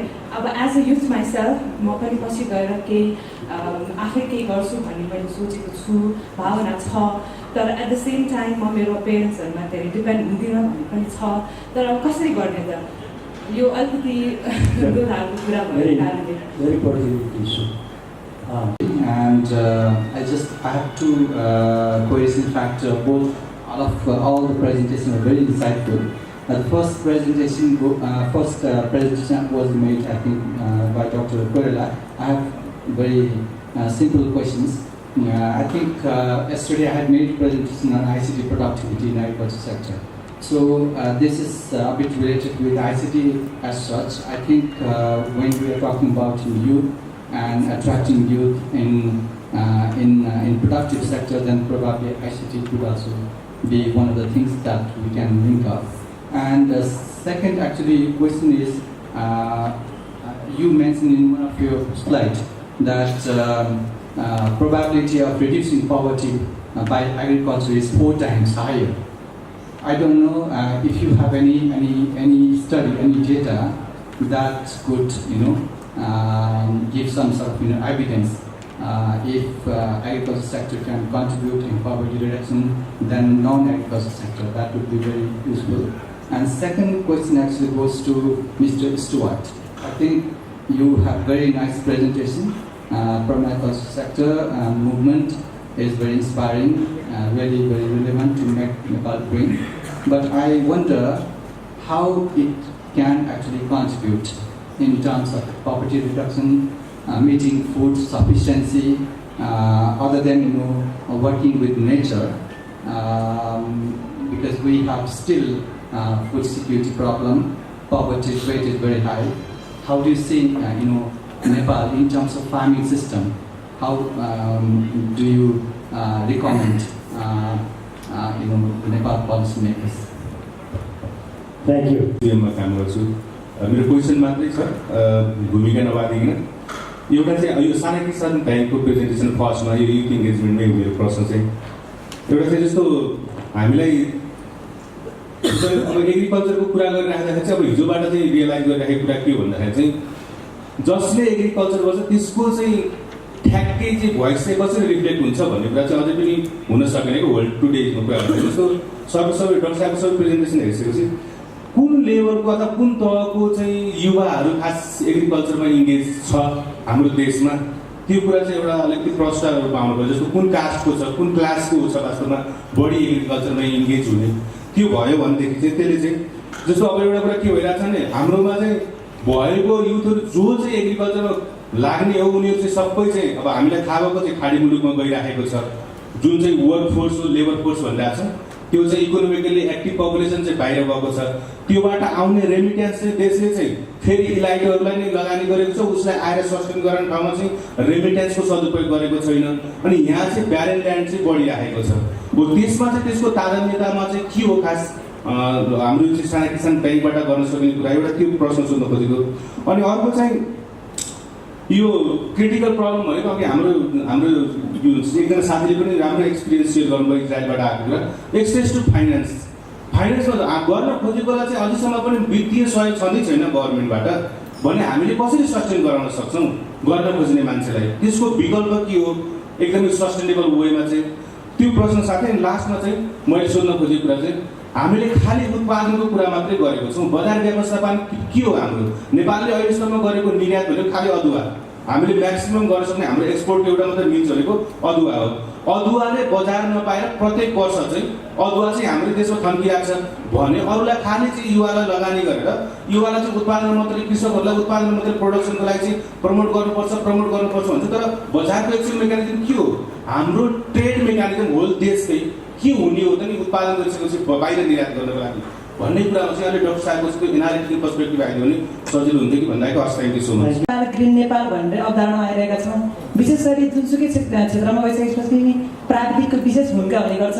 अहिले नेपालमा जुन प्राविधिक उत्पादन गरिरहनु भएको छ, जस्तै 15 महिने जेटिए भेटनरी, जेटिए कृषि, 29 महिने कृषि, त्यस्तै गरी यता भेटनरीको साइडमा, त्यसपछि आइएससी यता प्लान्ट साइन्सपट्टि र एनिमल साइन्सपट्टि पनि, त्यस्तै गरी बिएससीको कोर्समा आइएसटियु, एएफयु र जुन पूर्वाञ्चल युनिभर्सिटीबाट जति पनि उत्पादन भइरहनु भएको छ र मध्येको एउटा आफू पनि एउटा उत्पादन अहिले भर्खरै मात्र निस्केको एउटा प्रडक्ट हो। तर सिकाउने क्रममा चाहिँ भोलि प्राविधिकहरू किसानसँग गएर सिकाउने प्राविधिक उहाँहरू नै हो। सिकाउँदाखेरि त्यसमा चाहिँ यो किरा लाग्यो भने यो किसिमको विषादी प्रयोग गर्नुपर्छ, यो किरा लाग्यो भने यो किसिमको विषादी प्रयोग गर्नुपर्छ भनेर सिकाइएको हुन्छ। इभन मलाई पनि आफूलाई सिकाइएको थियो। एकातिर हामी अर्ग्यानिकको अभियानमा छौँ, 2030 नेपाललाई अर्ग्यानिक बनाउने, हरियो जुन ग्रिन नेपाल बनाउने भन्ने अवधारणा छौँ। अर्कोतिर सिकाउँदाखेरि जुन कुरा 40 सालमा सिकाइन्थ्यो, जुन कुरा 42 सालमा सिकाइन्थ्यो, अहिले 72-75 सालमा आइसक्दाखेरि पनि हामीले त्यही कुरा सिकिरहेका छौँ।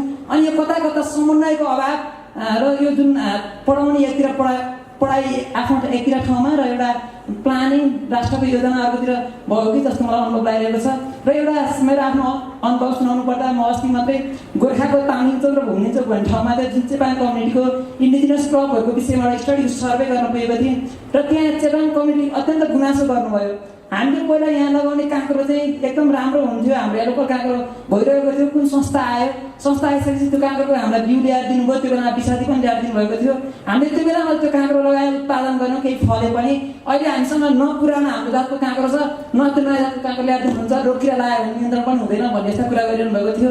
हामी कुरा गर्छौँ, प्लानिङ गर्छौँ, एउटा जुन केन्द्रमा बसेर प्लानिङ गरिरहेका छौँ, योजना पनि छ।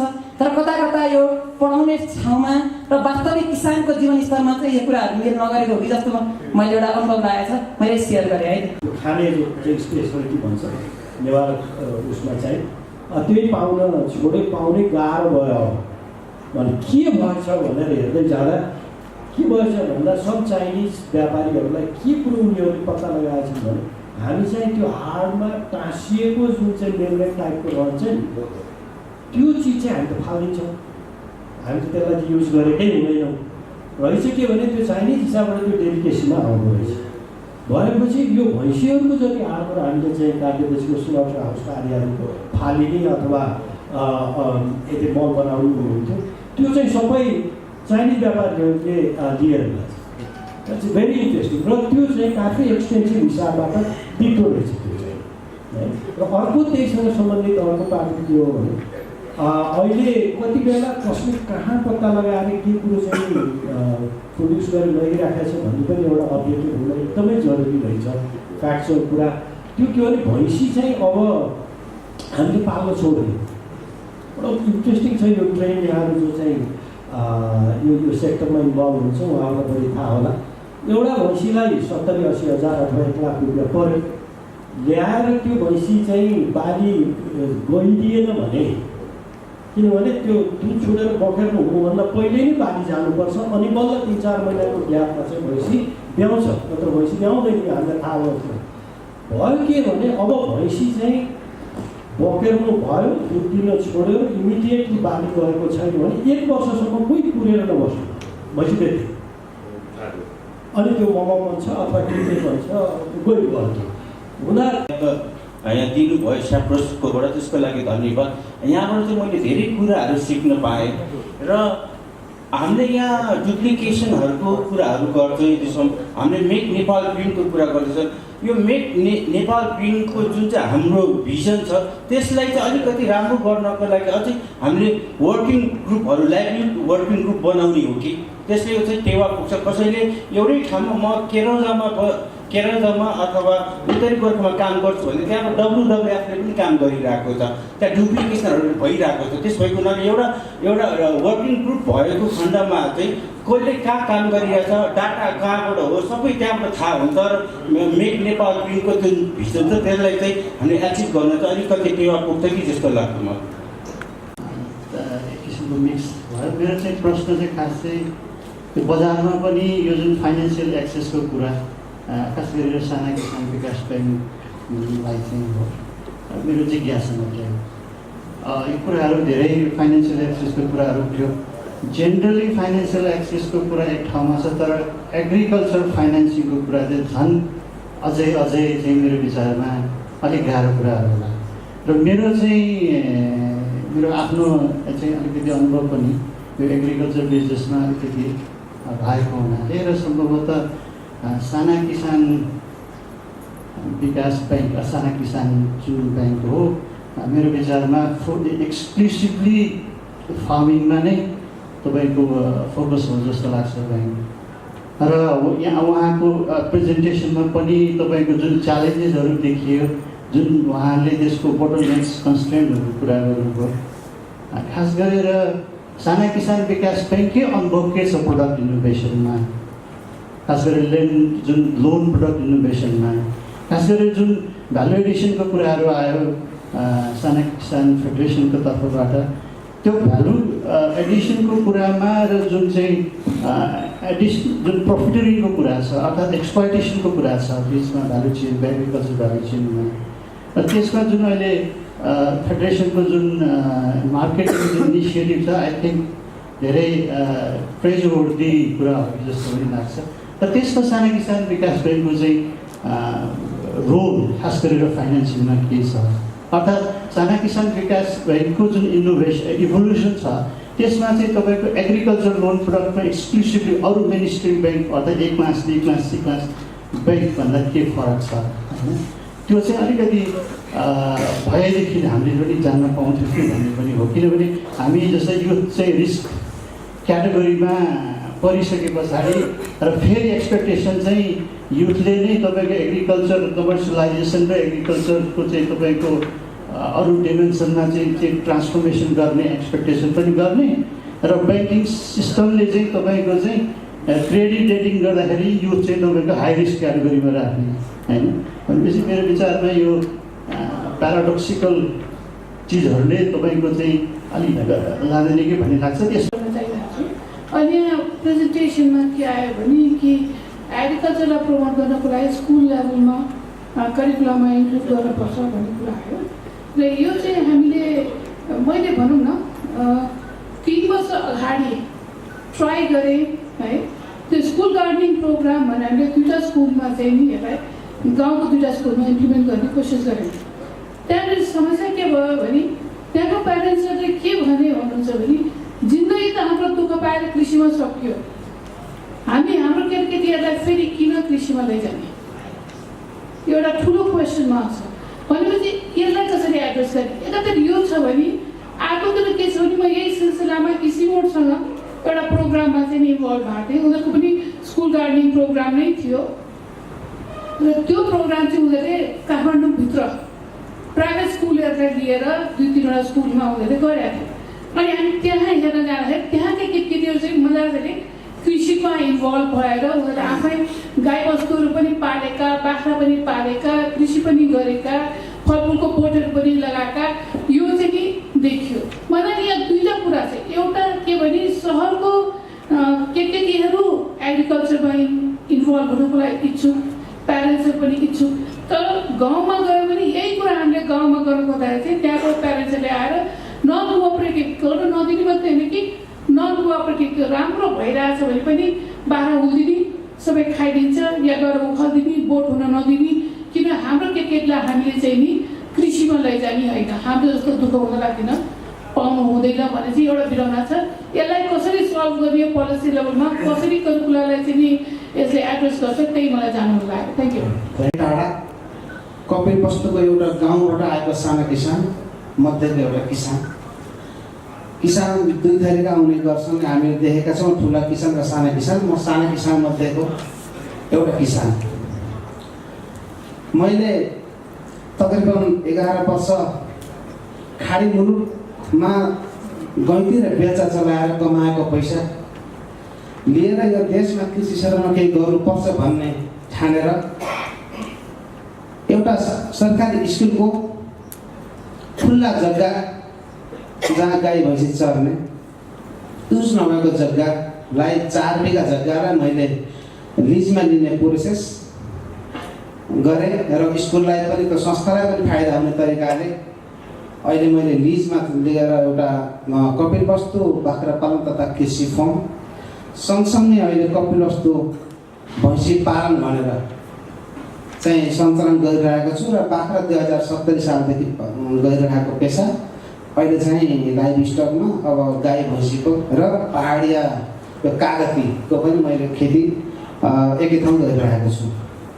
यहाँ मेन समस्या मैले मेरो भोगाएको समस्या र मेरो लेभलका साना किसानको समस्याको बारेमा म केही भन्न चाहन्छु। किन भन्दा यहाँ धेरै थरीका विज्ञहरू हुनुहुन्छ।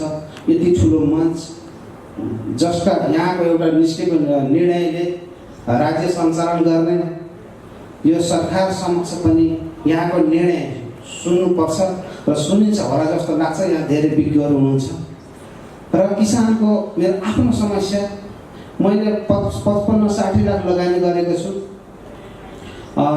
त्यो मेरो नित्यन्तै बाहिरबाट कमाएर ल्याएको पैसा हो। राज्यबाट मैले 1 रुपियाँ पनि सहयोग लिएको छैन र सब्सिडीका कुराहरू आइरहेछन्। यो सब्सिडी के हो त? किसानले 50-60 लाख करोड धेरै ठुलो किसान पनि हुनुहुन्छ, उहाँ धेरै लगानी गर्नुभएको छ। तर मैले मेरो कुरा गरिरहेको हुँदा मैले 60 लाख ओभर लगानी गरेको छु र मैले अहिले मलाई त्यो फर्मलाई अलिक बढी चाहिँ अगाडि बढाउनको निमित्त पैसाको अभाव भयो। मैले ब्याङ्कहरूसँग गुहार गरेँ, ती कृषि क्षेत्रलाई सहयोग गर्ने भन्ने नाममा भएका धेरै सङ्घ संस्थालाई पनि मैले आग्रह गरेँ। उहाँहरूले भन्नुहुन्छ नगरपालिकाको मापदण्ड अनुसार 6 मिटर बाटो भएको जग्गा सर्वत पिजे होस्, धेरै मोडाको महँगा जग्गाहरू हेर्नुहुन्छ कि तपाईँले धितो के राख्नुहुन्छ। यो मेजर समस्या लाग्छ मेरो साना किसानको निमित्त।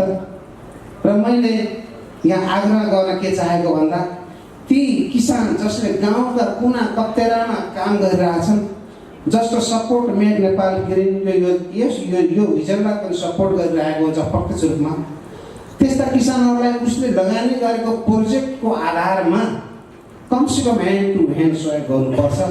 अब त्यो लगानी गरेको चाहिँ आधारमा प्रोजेक्टलाई आधार मानेर केही लगानी गर्यो भने ती कुना कप्चेरामा दुर्गम क्षेत्रमा गाउँका कुना काप्चामा चाहिँ जुन कृषि क्षेत्रमा लागेका युवाहरू, पशुपालनमा लागेका युवाहरूलाई सपोर्ट हुन्छ। र मेरो आग्रह के हो भन्दा नीति निर्माणमा तपाईँहरूको पहुँच छ, यहाँ धेरै विज्ञहरू हुनुहुन्छ, तपाईँहरूको निर्णय यो यति ठुलो मञ्चबाट गरिएको एउटा निर्णय राज्यले सुन्छ भन्ने मलाई आशा लागेको छ। र नीति निर्माण गर्ने तहमा यी कुराहरू, यी साना किसानहरू हामीहरूको समस्यालाई उठान गर्नुहुन्छ भन्ने आशा छ। तरकारी उत्पादन तथा बिक्री केन्द्र मेरो फर्म छ। त्यो फर्म चाहिँ मैले हाल 24 रोपनीमा सञ्चालन गरेको छु, जहाँ गोलबेडा खेती गरेको छु। अब एउटा कुरा म के भन्छु भने 1 रोपनी बराबरमा 5 मुठी धान फल्छ भने 10,000 आम्दानी हुन्छ। तर 1 रोपनीमा टनेल खेती गर्यो भने 1 रोपनीमा 4 लाख रुपियाँ चाहिँ त्यो किसानलाई आम्दानी हुन्छ। मैले चाहिँ 24 रोपनीमा त्यो खेती सञ्चालन गरेको छु भने मैले 10 जना चाहिँ स्थानीय युवा युवतीलाई रोजगार पनि दिएको छु। 10 जनालाई प्रति महिना 1 जनालाई 15,000 का दरले दिँदा र मेरो उत्पादनको हिसाब गर्दा मलाई सरदर बराबर जस्तै के नाफा चाहिँ त्यति नहुने, तलब दिँदा र उत्पादनको हिसाबमा बराबर हुने रहेछ। म यहाँ एउटा अर्को कुरा के हुन्छु भने नेपाल सरकारको कृषि नीति नै तपाईँको ठिक छैन। किन ठिक छैन भने हालसालै एउटा तरकारी विकास निर्देशनालयले एउटा अनुदान कार्यक्रम चाहिँ हामीलाई उपलब्ध गराएको छ, जुन चाहिँ 17,13,000मा नेचुरली भेन्टिलेटेड ग्रिन हाउस निर्माण गर्नुपर्ने। अब हामी सामान्य किसान, हामीले त्यो इन्डिया गएर हामीले त्यो सामान झिकाउनै सक्दैनौँ। हामी अब कसरी प्रोसेस चाल्ने ती कुराहरू हामीलाई केही पनि थाहै छैन। अब त्यो असार 15 गते भन्दा यता नबनाए त्यो बजेटै कोल्याप्स जान्छ भने अब त्यो चाहिँ अन्य त्यो निर्माण व्यवसायीहरूसँग सम्पर्क गरेर बनाइदिनुहोस् न। तपाईँहरूले भन्दाखेरि उहाँहरू 48% भ्याट लाग्छ, हामी त्यो सामान ल्याएर बनायौँ भने त 27-28 लाख पर्न सक्छ, तपाईँहरूलाई बनाउने हुन्छ भन्नुहुन्छ।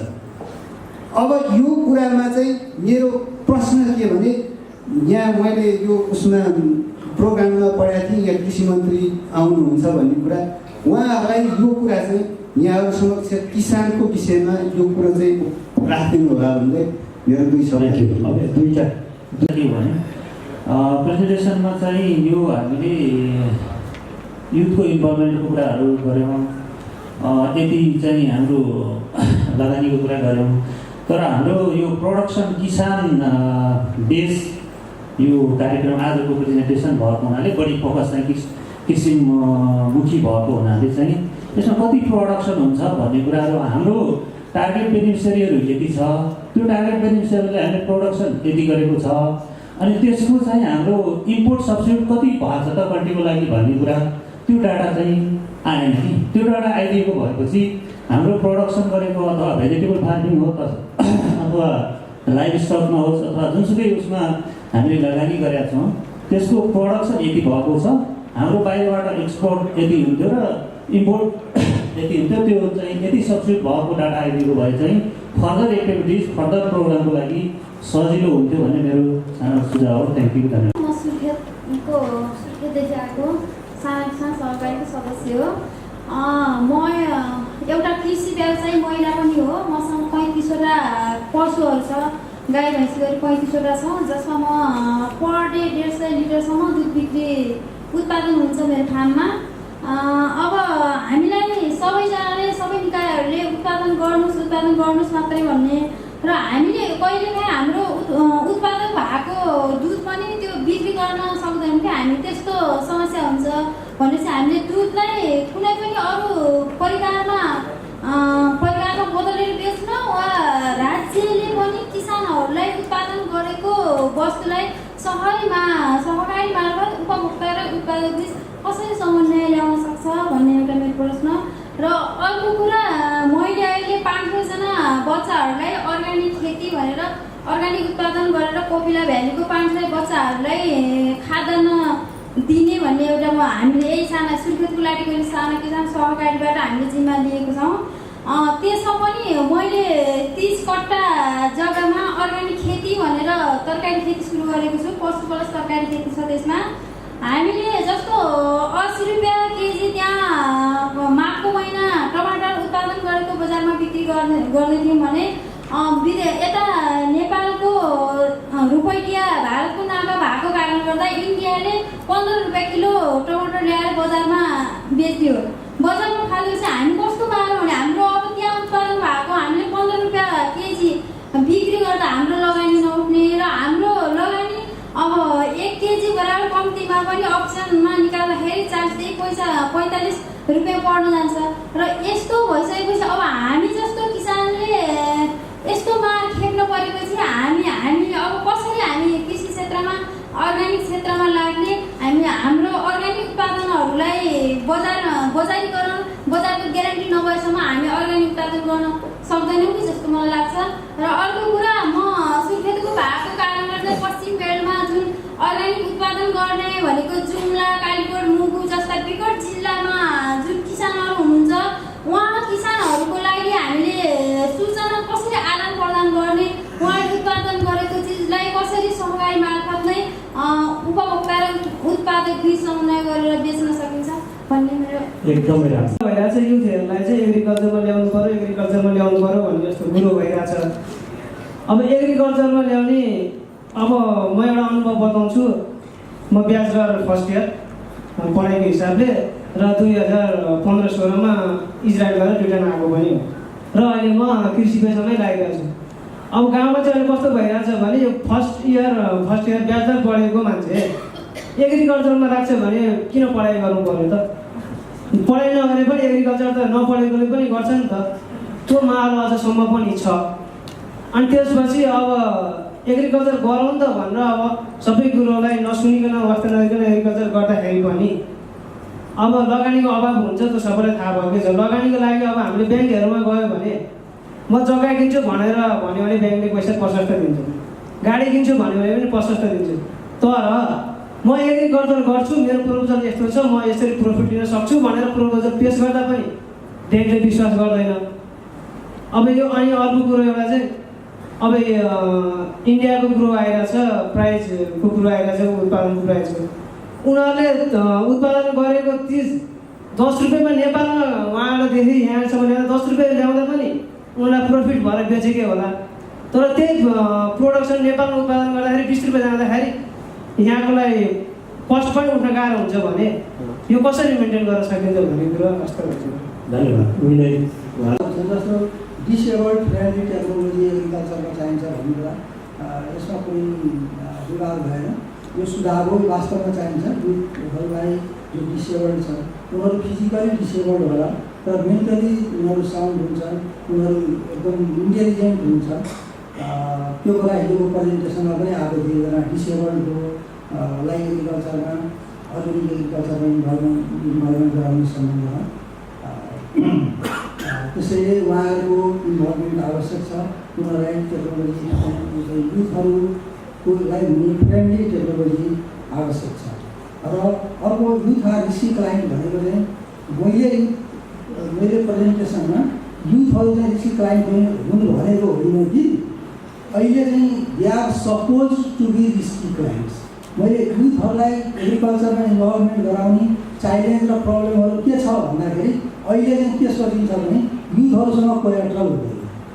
अब कमर्सियल ब्याङ्कमा एप्रोच गऱ्यो, त्यहाँ के भन्छ first they ask for collateral, उनीहरू युथसँग कोलेट्रल छैन, भएको कोलेट्रल फिजिकल कोलेट्रल पनि उहाँहरूको प्यारेन्ट्ससँग छ। अनि युथहरूलाई कसले दिने? अब प्रोजेक्ट बेस्ड ल्यान्डिङ चाहिँ तपाईँको एकदम कम छ, छँदै छैन।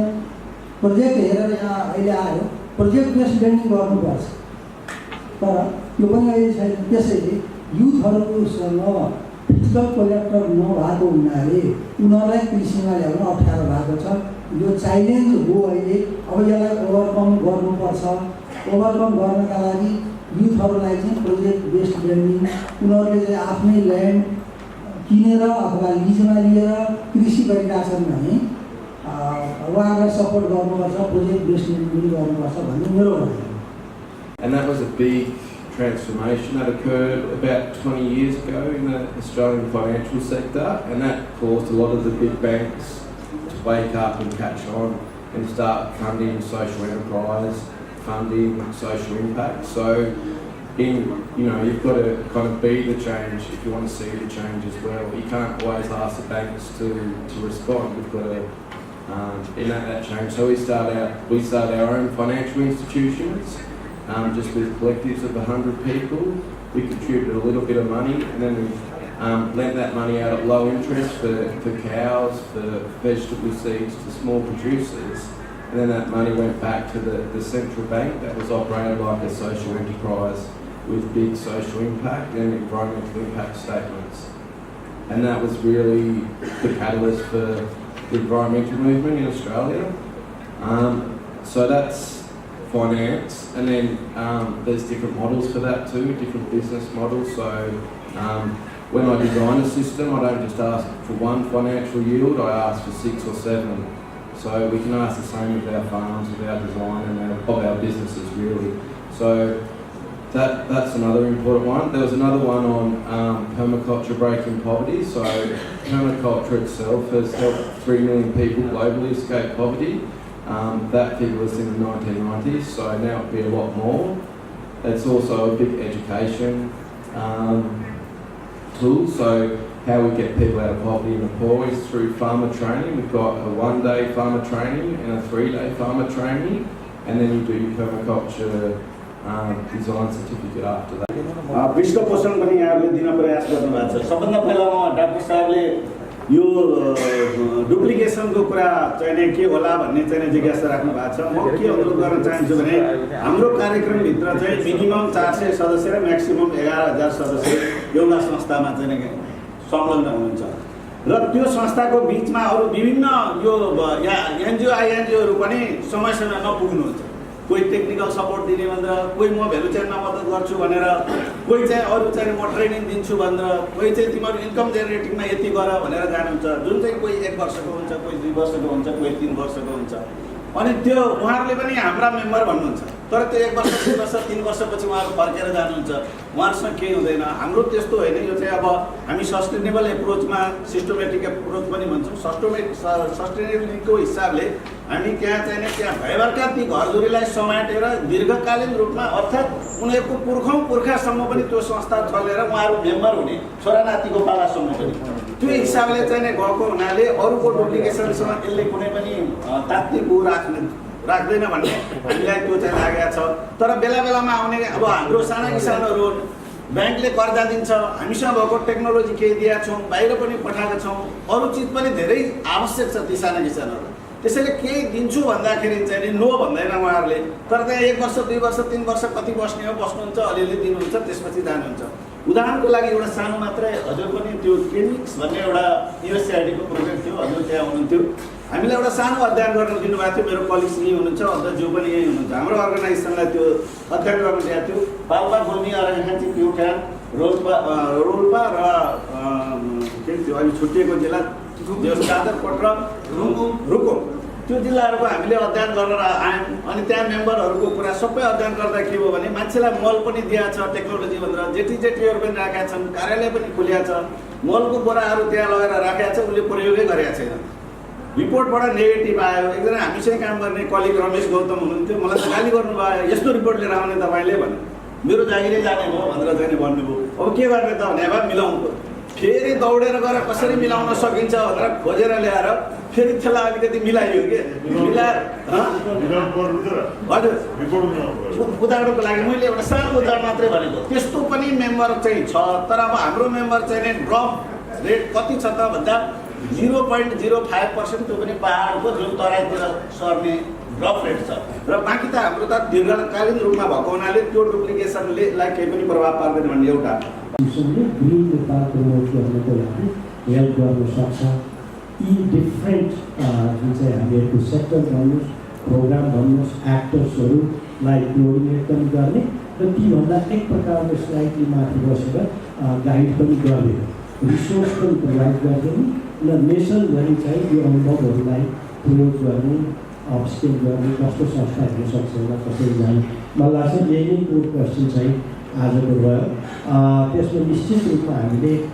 एउटा यो सिनर्जी गरिदिने संस्थाको चाहिँ परिकल्पना गर्दा हुन्छ अर्को दोस्रो कुरा चाहिँ इक्वलाइजर हिजो पनि आयो यो कुरा सोसाइटीको इक्वलाइजर भनेको टेक्नोलोजी नै हो technology is the most powerful equaliser र त्यसमाले टेक्नोलोजीमा एक्सेस नै के हो हामीले इन्डस्ट्रियलाइजेसनको कुरा गर्दा पनि ग्रोथको कुरा जाने पनि धेरै कुरा राख्नको लागि पनि धेरै बाटोहरू खोलिदिए र सेसन चेयरलाई पनि यो लास्टमा जुन एउटा एकदम एडभाइजरी नोट र समेसनको लागि पनि धेरै धेरै धन्यवाद र कुनै एकपल्ट उहाँहरूलाई धन्यवाद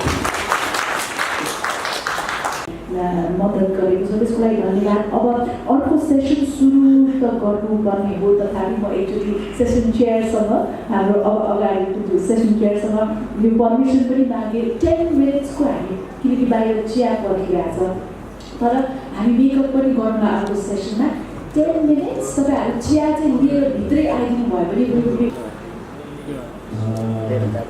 चाखलाग्दो किसिमको सेसनपछि चाखलाग्दो किनभने फ्लोरबाट यति धेरै जिज्ञासाहरू त्यति धेरै आफ्नो अनुभवहरू सेयर गरिरहेको थियो त्यही रूपमा चाहिँ यो हुन सक्छ कि सक्दैन मलाई थाहा छैन तर मेरो प्रयास चाहिँ त्यतातिर रहनेछ र म हिजोको सेसनसँग पनि अलिकति जोड्न चाहन्छु हाम्रो डाक्टर हरिकृष्ण उपाध्यायले हाम्रो यो नारा भनौँ स्लोगन छ नि मेक नेपाल ग्रिन नेपाललाई हरियालीमय बनाऊ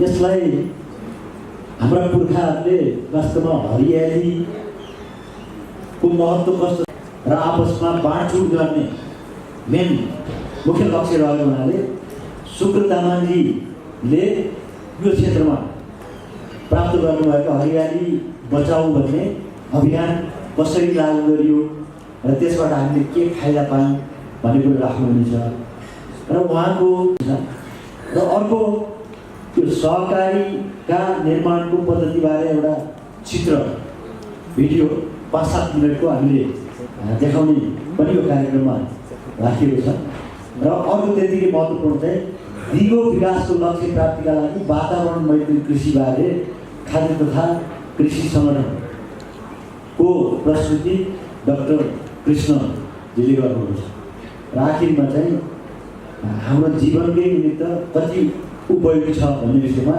स्वास्थ्य र पोषणमा प्राङ्गारिक खाद्यको असरबारे डाक्टर ज्योति भट्टराईजीको प्रस्तुति रहनेछ उहाँ चाहिँ धेरै छिटै नै आइपुग्दै हुनुहुन्छ मैले जानकारी पाएको छु र अब सुरु हामी के गर्छौँ भने यो भूकम्पसँग सम्बन्धित रहेको यदि उहाँ आइपुग्नु भएको छ भने हामी जाउँछौँ त्यस गीतबाट हामी सुरु गर्छौँ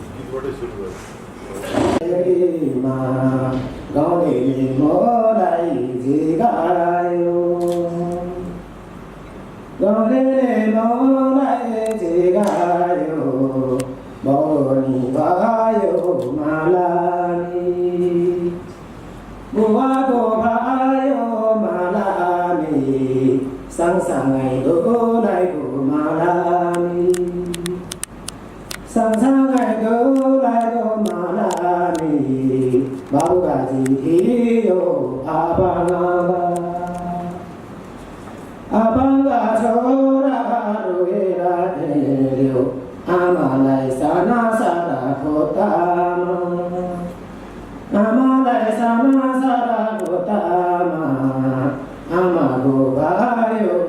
निदान आमाको भयो निदान योभन्दा पहिला भूकम्प पहिला हेर्नुहोस् हजुर कृषिमा खेतरी गरेर 10 लाख भन्दा बेसी कमायो भूकम्प पछि सकेन दैले पाको र मरेर गयो एक्लै योजना मेरो भयो एक्लै योजना मेरो भयो मरेर गयो लास भयो मरेर गयो लास भयो हरानी भयो खाग भयो हरानी भयो खाग भयो आफूले गरेको इलामलाई आफूले गरेको आफूले गरेको इलामलाई पछि भूकम्प भोबाजी तरकारी खेती गरेर आज 2 लाखसम्म कमाउँछु वर्षको 2 लाख कमाउँछु अपङ्ग छोरालाई पढाउँछु अपङ्ग छोरालाई पढाउँछु आमा दाने दाना भए आमा दाने दाना भए आमाको निदान भए रेसीको यो घरमा धेरै घटना मेरो घरमा रानासीको यो घरमा धेरै घटना मेरो घरमा बुवाको भयो निदान 70 वर्षको उमेरमा दुलाइको भयो निदान 38 वर्षको उमेरमा मरिने चोलो यस्तै रहेछ सिङ्गादा दारावारा गिडा होला मरेर गयो लास भयो स्वर्गको बाटाडो गिडा होला जस्तो ख्याबुल्ला नलिनुहोला कर्म भनेको काममा विश्वास गर्नुहोस् तपाईँले सफलता प्राप्त हुनुहुन्छ तपाईँलाई सफलता प्राप्त हुनेछ र तपाईँलाई अरूबाट पनि सहयोग मिल्नेछ यदि भनेपछि अब म शुक्र तामाङलाई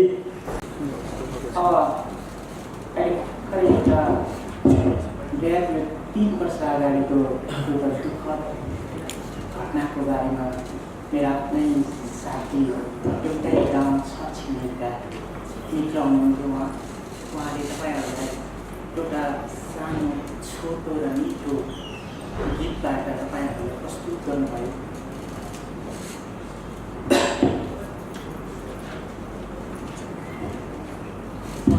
मेटाउँछन् प्यास प्यासीको हरदम सिन्धुको पवित्र जल कलकल गरी बग्दछ सधैँ इन्द्रावती अविरल हर पल निश्चल पवित्र भई बग्दछ इन्द्रावती सधैँ धाम गर्दछ त्यहाँ बसेर शिवा र पार्वती। नमस्ते, म शुक्रबार तमाम सिन्धुपाल्चोक जिल्ला बाँडेगाउँ गाविस वार्ड नम्बर 7 र हाल इन्द्रावती गाउँपालिका वार्ड नम्बर 5 बाट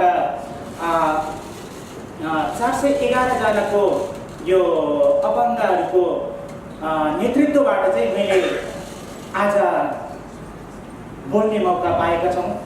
यानि कि यहाँसम्म आएर तपाईँहरूले अचम्म लाग्छ होला है सायद पहिलेको सेमिनारहरूमा गोष्ठीहरूमा सुट प्यान्ट खैरा कपाल कारमा चढ्ने बाइकमा हिँड्ने मान्छेहरू मात्रै सेमिनारमा उपस्थित हुन्थ्यो भने अहिले त यार एउटा वैशाली देख्ने मान्छे पनि उपस्थित भएको छ भने अचम्म त लागेको होला नि। तर म तपाईँहरूलाई धेरै कुरा त भन्न चाहन्न, किनकि आजको यो हरियो नेपाल समृद्ध नेपाल भन्ने जुन 2 दिने बसाएको यो सेमिनार थियो, त्यसमा पनि म जस्तो मान्छे लगायत हामी जस्ता अपाङ्गहरू भएका व्यक्तिहरूको तर्फबाट पनि केही कुरा राख्न पाउँदाखेरि चाहिँ साँच्चै यो मन हर्ष र उल्लासले गत भएको। 2072 सालको जुन विनाशकारी भूकम्प आएको थियो नि, त्यतिखेरको दुःखबाट म तपाईहरूलाई आज मेरो कुराहरू सेयर गर्न चाहन्छु। त्यो विनाशकारी भूकम्पमा हेर्नुहोस्, त्यो विनाशकारी भूकम्पमा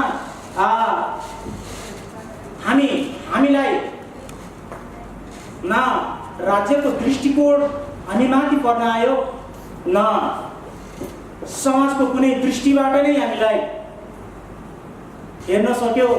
हुन त हामी अपाङ्ग भएका व्यक्ति हौँ, समाजको पनि बोझ दृष्टि, राष्ट्रको पनि बोझ दृष्टि हुने व्यक्ति त हो, सधैँ तल्लो स्तरमै राख्नु सक्नुहुन्छ। त्यतिखेर 13 दिनसम्म पानी पिएर सायद अहिले यो सेमिनारमा उपस्थित हुने पनि मै हो। भूकम्पको बेलामा हेर्नुहोस् है, अरू राम्रा सत्य मान्छेहरू जान्छ, संस्थाले राहत दियो अरे, राज्यले राहत दिन्छ अरे, जोको नाममा टक्क बोकेर जानुहुन्छ, उनीहरूको परिवारले पुग्ने आरामले राहत लिएर आउनुहुन्छ। र त्यतिखेर हामी जस्ता अपाङ्ग व्यक्तिहरूको चाहिँ के भयो भन्दाखेरि आँखाको डिलमा आँसुको पोकाहरू बिस्तारै बिस्तारै भुइँमा स्पर्श गरेर बस्न बाध्य भयो। हेर्नुहोस्, तर भगवानले भन्नुहुन्छ नि, यदि तिमी सच्चा काम गर्छौ भने तिमी आँट म पुर्याउँछु। हामी जस्ता अपाङ्गहरू, मैले एक बेला त सोच्थेँ कि हामी जस्ता अपाङ्गहरूले के चाहिँ गर्न सक्छ त यहाँ। समाजबाट हेर्ने ती दृष्टिकोण, राष्ट्रबाट हेर्ने ती दृष्टिकोणहरू हामीमा फरक हुन्छ। हामीलाई जहिले तल्लो स्तरको दर्जामा गर्नुहुन्छ भने हामी कसरी उठ्ने त भन्ने प्रश्न मेरो मनमा पटक पटक आयो। अहिले तपाईँहरूले यो सायद यो भिडियोमा अगाडि देखिसक्नु भएको होला कि तपाईँहरूले अपाङ्गता भएका व्यक्तिहरूलाई कुन शब्दबाट सम्बोधन गर्नुहुन्छ भनेर। त्यतिखेरसम्मको भोगाइ पनि हामीले यही समाजमा बसेर, यही ठाउँमा बसेर भोगेका। र अब त्यो परिस्थितिमा छैन हामी पनि। हामी अपाङ्गता भएको व्यक्ति पनि त्यो परिस्थितिमा छैन, किनभने हामीले चाहे भने सपाङ्ग बराबरी काम गर्न सक्छौँ, 100% हो यो। यदि तर राज्यले त्यसलाई हेर्नु पर्यो, राज्यले पनि अपाङ्गता भएको व्यक्तिहरूसम्म कसरी पुग्न सकिन्छ, त्यहाँसम्म पुग्न सक्ने चुनौतीहरू के छन् त्यसमा भनेर यदि मार्गनिर्देशन दिनुभयो भने अपाङ्गहरूले पनि गर्न नसक्ने त केही छैन रहेछ। तपाईँहरू हेर्न सक्नुहुन्छ, सोध्न सक्नुहुन्छ, अपाङ्गले के नै गर्न सक्छ। तर अपाङ्गभित्रको क्षमता अपाङ्गले मात्र थाहा हुन्छ कि उसले के कति कहाँ गएर गर्न सक्छ भनेर। हेर्नुहोस्, हुन त भन्छ नि, तपाईँको घरमा सायद अपाङ्ग भएको व्यक्तिको परिवारमा जो अपाङ्ग छ, बिचरा अपाङ्गको पीडा त्यसले मात्र थाहा हुन्छ कि अरूलाई त यस्तै हो रे, मेरो घरमा भएको मलाई थाहा हुनु। म एउटा कुरा आह्वान गर्न चाहन्छु तपाईँहरूलाई, किनकि देशको परिस्थिति नै यस्तो छ क्या।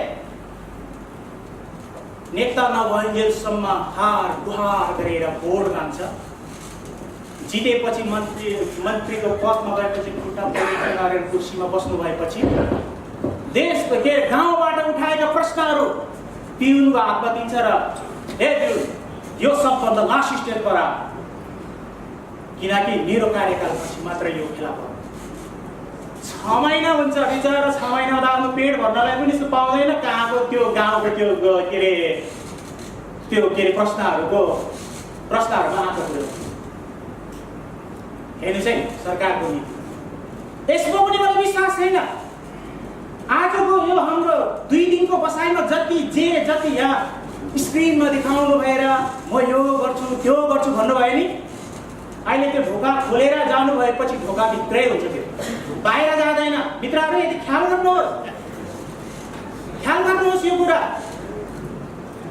युवाहरू भन्नुहुन्छ नि हामी विदेशबाट यसरी फर्केर आए, हामीले यो गरे त्यो गरे, राज्यले किन हामीलाई हेरेन भन्नुहुन्छ। तर विदेश जानुभन्दा अगाडि नेपालको त्यो कार्यक्रम लिएर सुरु गरेको भए त राजाले गर्नुपर्ने आवश्यकता थिएन नि। हामी अर्कोको घरमा पर्नु पर्थ्यो होला, पर्नु पर्दैन थियो। तर नेपालीको बानी के छ भने पहिले गल्ती गर्ने त्यसपछि माफी माग्ने चलन। हामी के गर्छौँ भने नि विदेशी नक्कलको त्यो के अरे फेसनबाट अहिले एकछिन हेऱ्यो भने त्यो फेसनको लुगाहरू 10 जनाले 10 मिलियनमा किनिसक्छ।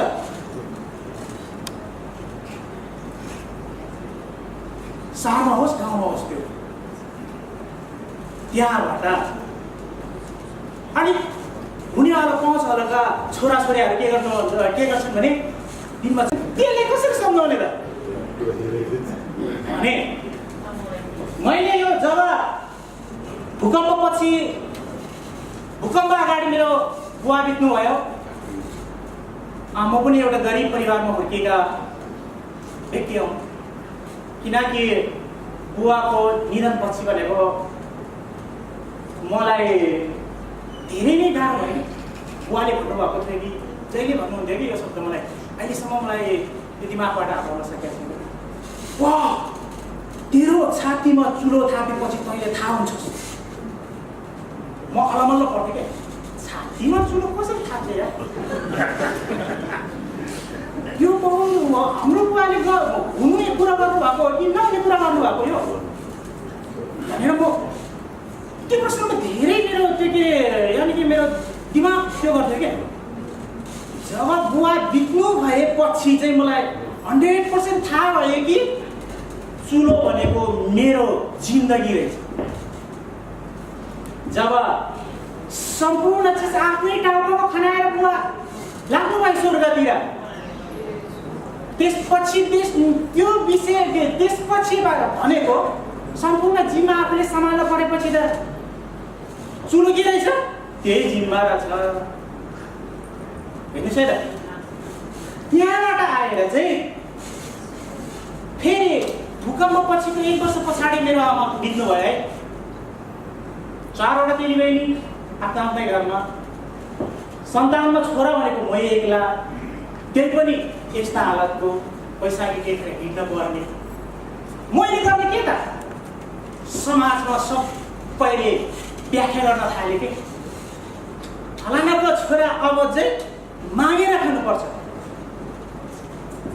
त्यो मर्दाखेरि त हामीले पो बोल्न लाग्नुपर्छ त। हेर्नुहोस् है समाजको व्याख्या परिचर्चा मेरो बारे। त्यसपछि झनै मन यति त्यो भयो कि सायद मेरो जिन्दगीमा केही गर्न नसक्ने अनि जस्तो लाग्यो। अनि यहाँबाट चाहिँ मेरो मम्मीको अन्तिम काजक्रियाको घेवा भन्छन् हाम्रो तामाङको, त्यो घेवाको अन्तिम दिनमा मलाई खोज्दै सप्रोस नेपालका सरहरू मेरो घरमा आइपुग्नु भयो। म मम्मीको यो घेवाको अन्तिम दिनमा काम पनि राम्रोसँग त्यो के भन्छ सिद्धिएको थिएन। अनि सरहरू पहिले आउनु भएर सोमबहादुर तामाङको घर कुन चाहिँ हो भनेर सोध्दै आउनु भयो। तर वास्तवमा मेरो नाम सुब्रा थियो कि। अनि मसँग एकजना साथी हुनुहुन्थ्यो, तपाईँहरूले देख्नु भन्नुभयो होला कि त्यो के अरे नर्सरीमा पानी हाल्नलाई सहयोग गरिरहनु भएको थियो भने हुनुहुन्थ्यो। सोमबहादुर चाहिँ छैन, तपाईँहरू अन्त कतैबाट भुलेर आउनुभएको होला। बैशाखी टेक्ने अपाङ्ग हुनुहुन्थ्यो नि, उहाँले त्यस्तो भनेको चाहिँ उहाँको नाम सूर्यबहादुर हो भनेर भन्नुभयो। त्यसपछि हाम्रा सपोज नेपालका सरहरूले आउनुभयो र अनि सपोज नेपालका सरहरूले के भन्नुभयो भने सुब्रजी यदि तपाईँ जिन्दगीमा के गर्न सक्नुहुन्छ भन्नुभयो। मैले भने म यदि चाह्यो भने जे पनि गर्न सक्छु, तर तपाईँहरूले सहयोग दिनुभयो हेर्नु है। त्यस्तो भन्दाखेरि चाहिँ उहाँहरूले भन्नुभयो यदि तपाईँले यदि पुरा कर्म सम्झेर गर्न सक्नुहुन्छ भने तपाईँको बारेमा सजिलो चिज के हुन सक्छ भन्नुहोस् न। मैले भने म अलिअलि तरकारी खेती गर्छु नि त सर।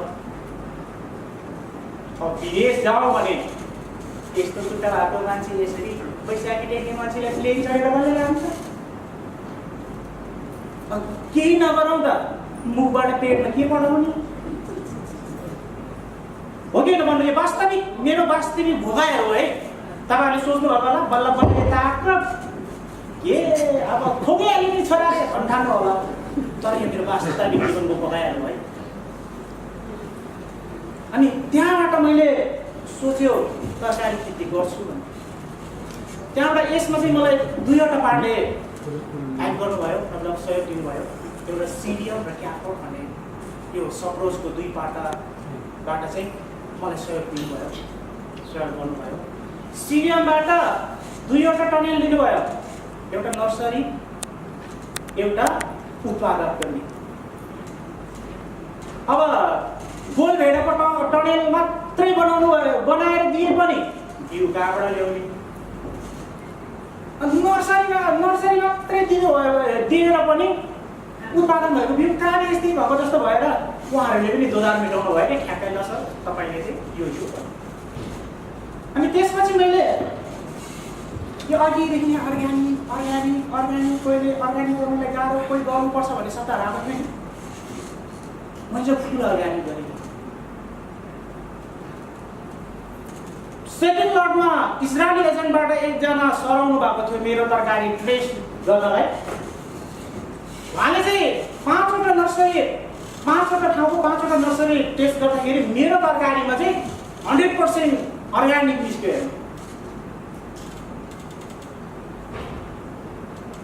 म त सरहरूसँग त्यसमा चाहिँ मैले जस्तै अर्ग्यानिक गरेको भए त राम्रो हुन्थ्यो नि, तर विचारहरू एकपल्ट गर्दै भसा भुसुक डढेला लाग्ने, किराले खाइदिने भनेपछि फलानाको छोराले गर्दा हुने, हामीले गर्दा चाहिँ किन नहुने भनेर प्रश्न उठ्न लाग्यो त्यसमा हुने गाउँ है हेर्नु। अनि अब सरहरूले पनि त्यत्तिकै त्यहाँ लगेर दिने मात्रै त होला होइन। हेर्नुहोस् सरहरूले पनि विभिन्न अर्ग्यानिक दबाईहरू पनि सिकाउनु भएको छ नि यहाँ।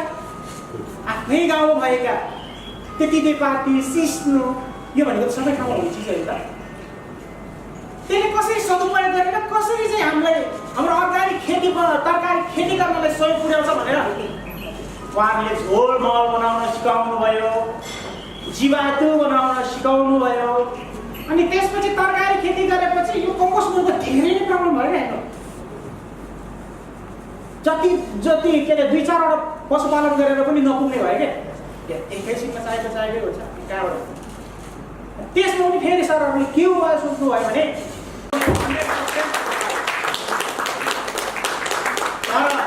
यो दृष्टि गाउँ बस्तीका हामी जस्ता अपाङ्गहरूलाई समेट्नु भएन भने 100% म भन्छु कि ग्रिन नेपाल होइन उजाड नेपाल बन्छ। याद राख्नुहोस् तपाईँहरूको आश्वासन ढोका बाहिर मात्रै हो, भित्र मात्रै हो, बाहिर कहिल्यै पुग्दैन। अहिले जति खोक्यो ढोका ओपन मान्छे बाहिर भएपछि त्यो जति सबै भित्रै राख्नुहुन्छ कि उहाँले।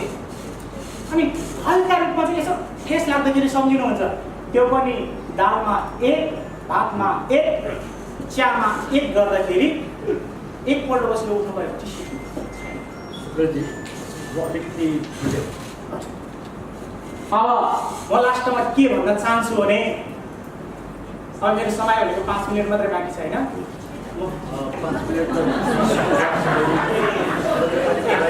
अब जस्ट मिनट 1 मिनट मात्र म के भन्न चाहन्छु भने समेटेर विकास निर्माणका कार्यदेखि लिएर सम्पूर्ण कार्यमा समेटेर हातेमाला गर्दै जानु भनेर भन्न चाहन्छु। यो मेरो व्यक्तिगत आवाज होइन, यो मेरो देशभरिका अपाङ्गता भएका व्यक्तिहरूको आवाज हो, यो धरती माताको आवाज हो, किनकि हामी पनि यो देशको नागरिक हौँ, हामीले पनि यो देशमा विकास गर्ने अधिकार छौँ, हामी पनि यो देशको माटोमा रमाउने अधिकार हामीलाई पनि छ भनेर म तपाईँहरूमा बिदा माग्न चाहन्छु। तर पनि समयले फेरि अरू साथीहरूलाई पनि समय दिनुपर्ने भएको लागि मलाई धन्यवाद दिँदै म अगाडि बढ्छु। From acute shortages of water and other basic needs. Days for the residents were harsh. A lot of time was spent fetching water for household chores. Even school-going children missed classes just to make time to fetch and collect water. Irrigation was entirely dependent on rain, and this contributed to food insecurity. Food security lasted 6 months of the year. Crop grinding services were more problematic. The nearest mills were approximately 2.5 hours walk down, and then there was the physically enduring climb back up the slopes. For most, such living conditions became unbearably dire, and eventually a lot of the residents began migrating for better livelihood opportunities. जब 2063-64 सालतिर बजारमा सङ्कट नेपाल लागू भयो, यस संस्थाले आफ्नो कार्यक्षेत्र I'll follow some usual presentation outline, starting from a column, the word column, sustainable agriculture, sustainable development goal and sustainable agriculture, vision and principles of sustainable agriculture, then outline on climate resilient agriculture, finally framework and approaches for resilience in the agriculture sector, and of course within one slide. We have 7 points. I'm listing here 7 columns of sustainable agriculture. First one is poverty, inequalities, hunger and malnutrition still persist in the world. Nearly 1 billion people are still hungry, they are not getting enough food. Undernutrition are there among the people, mainly due to lack of money to buy food, not due to food production. Something micronutrients, other food. In the other side, nearly 1.5 billion adults in the world are either overweight or obese due to unsafe food and overconsumption. But I'm listing here is land scarcity, degradation, and soil depletion. Land degradation is a major form in most part of the world. Land scarcity is severe, particularly in northern hemisphere. And soil depletion, soil nutrients are decreasing, and due to several reasons, soil nutrients are decreasing. Now, due to several reasons, water getting scarce, people are not getting enough water for different purposes, and we are facing problem of water pollution due to fertilizers, pesticides, and there are some results of this study. 2/3 of world population is expected live under conditions of water stress. We are facing water stress here in Nepal, and not only in Nepal, in different countries we see before. Another problem is loss of living resources, biodiversity. Biodiversity loss is severe.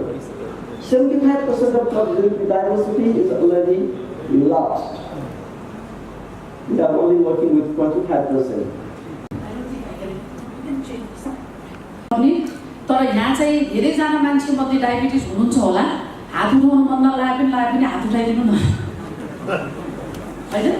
डायबिटिजको बिरामीहरू सिनियरमा मात्र होइन जुनियरमा पनि हुनुहुन्छ र दिनदिनै चाहिँ म 20 वर्ष 30 वर्षको भाइ बहिनीहरू चाहिँ डायबिटिज भएर आएको देख्छु र हाम्रो भाइ भने जस्तै राज्यको आँखा त्यहाँ पुगेको छैन, खालि हामीले चाहिँ उपचारात्मक कुराहरू मात्र गर्छौँ र एउटा फलफुल बेच्ने भाइ आएका थिए र सुगर बेपत्ता हाई भएर सलाइन पानी चढाएर बल्ल बल्ल मैले चाहिँ उनको सुगर चाहिँ घटाएको थिएँ, तर उनलाई चाहिँ रेगुलरली फलोअपमा आएर चाहिँ एकदम राम्रो गरेको खण्डमा चाहिँ उनी अन्धोपन, खुट्टा काट्ने अवस्था यस्तो रोगबाट उनी जोगिने थिए। तर त्यो किसिमको कम्प्रिहेन्सिभ सुविधा जुन अघि सुग्रो भाइले भन्नुभयो जुन सहयोगी हात र एकदम सहज वातावरण चाहिँ हाम्रो यङ बिरामीहरूमा छैन र त्यसैले गर्दाखेरि यङ बिरामीहरूमा चाहिँ किन यसरी बढे भनेर हेर्दाखेरि संसारभरि नै यो डायबिटिजको रोग वृद्धि भएको देखिन्छ। 38 करोड मान्छेहरूलाई। अर्को स्लाइड के भन्छ नि, नेपालमा चाहिँ झन्डै 8% जतिलाई चाहिँ आँकडा गरेको छ, 6-7 लाख जति। अनि यो चाहिँ रोडहरूले गरेर हो त, जहाँ जहाँ रोड पुगेको छ त्यहाँ डायबिटिज भत्ता बढाएको छ र यो कारण चाहिँ के कारणले होइन, अझै पहिला भए हाम्रो अर्कै खालको पसलहरू हुन्थ्यो भने अहिले चाहिँ यस्तो चाउचाउ यस्तो खालको चाहिँ प्याकेटका फुडहरू चाहिँ हामी पाउँछौँ र जहाँ जहाँ सडक पुगेको छ wherever the roads are there is diabetes and it leads to really devastating problems. And before we used to be lean and thin, एकदम हामी दुब्ला पातला हुन्थ्यौँ भने अहिले मोटा घाटा हुन्छौँ।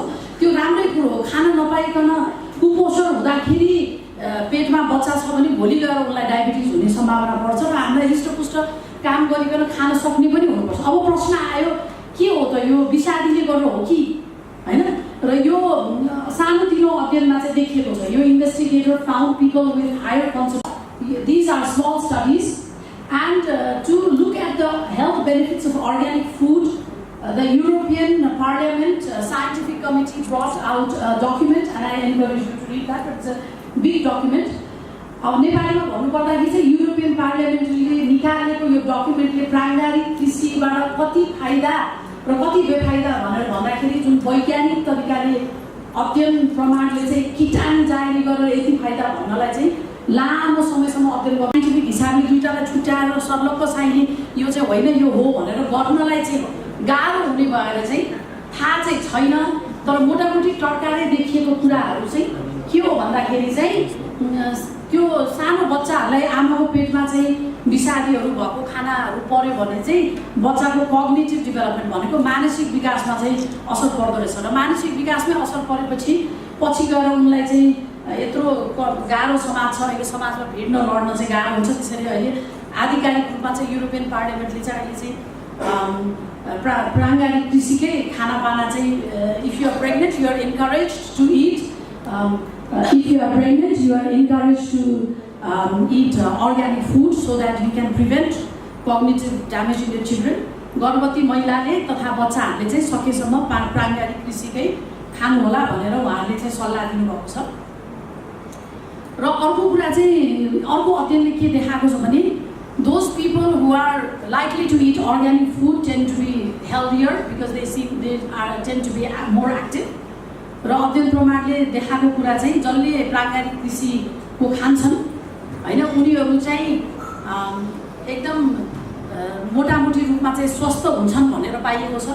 र हाम्रो शुक्र भाइको स्वस्थता पनि उहाँको जुन यो चलायमानपना हो। र हामीलाई चाहिँ अमेरिकन डायबिटिज एसोसिएसनले के भनेको छ भने तपाईँहरू यसरी घन्टासम्म पनि बस्नु हुँदैन, आधा घन्टामा उठ्नुपर्छ भने। र हामी नबसिकन उहाँले भने जस्तै अर्काको तरकारी मागेर खानुभन्दा आफै चलायमान भएर गऱ्यौँ भने त्यो अर्ग्यानिक खेतीको चाहिँ तपाईँलाई फाइदा हुन्छ।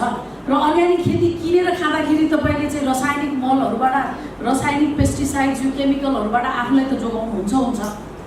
र तपाईँ त्यसमा चलाएर माटोसँग गिजर लिनुभयो भने तपाईँको जिउको मांसपेशीहरू पनि चल्छन् र यसरी चलेपछि तपाईँको ब्लड प्रेसर चिनी रोगबाट पनि तपाईँ जोगिनुहुन्छ र जुन चाहिँ चिनी रोग लाग्यो भने हामी यत्तिकै गलित पीडित भइरहेको हुन्छौँ। अर्को थाइरोइडको रोग पनि फेसन जस्तै छ मैले हेर्ने बिरामीहरूमा र धेरै रोग लाग्यो यो लाग्यो भन्दाखेरि हामी कसरी तन्दुरुस्त भएर जिउने कला सिक्न सक्छौँ भन्दाखेरि चाहिँ कृषि प्राङ्गारिक कृषि नै आउँछ र हाम्रो सानो बच्चाहरूलाई त्यो चाउचाउ म्याउ प्याकेटबाटै चाहिँ प्राप्त हुने खाजाबाट जोगाउनुको लागि मैले चाहिँ एडभोकेसी अथवा कराउनी पनि गरेको छु सरकारी मञ्चहरूमा र यो चाहिँ एकदम भयावह स्थिति आएको हुनाले जुन डायबिटिज रोगबाट म दिनदिनै भिडिराखेको हुन्छु र हामीले चाहिँ हरेक फोरममा के भने हुन्छ भने हाम्रो यो सेक्टोरल इन्टर गभर्मेन्ट तपाईँहरूको चाहिँ हायर लेभलमै कुरा गरेर तपाईँले चाहिँ एउटा सुगर ट्याक्स जुन यो कोक फ्यान्टा जुसहरूमा पनि ट्याक्स लगाउनु पर्यो र बच्चाहरू पढ्ने ठाउँमा चाहिँ यस्तो प्याकेटका खानाहरू चाहिँ कम्प्लिटली बन्द गर्नु पर्यो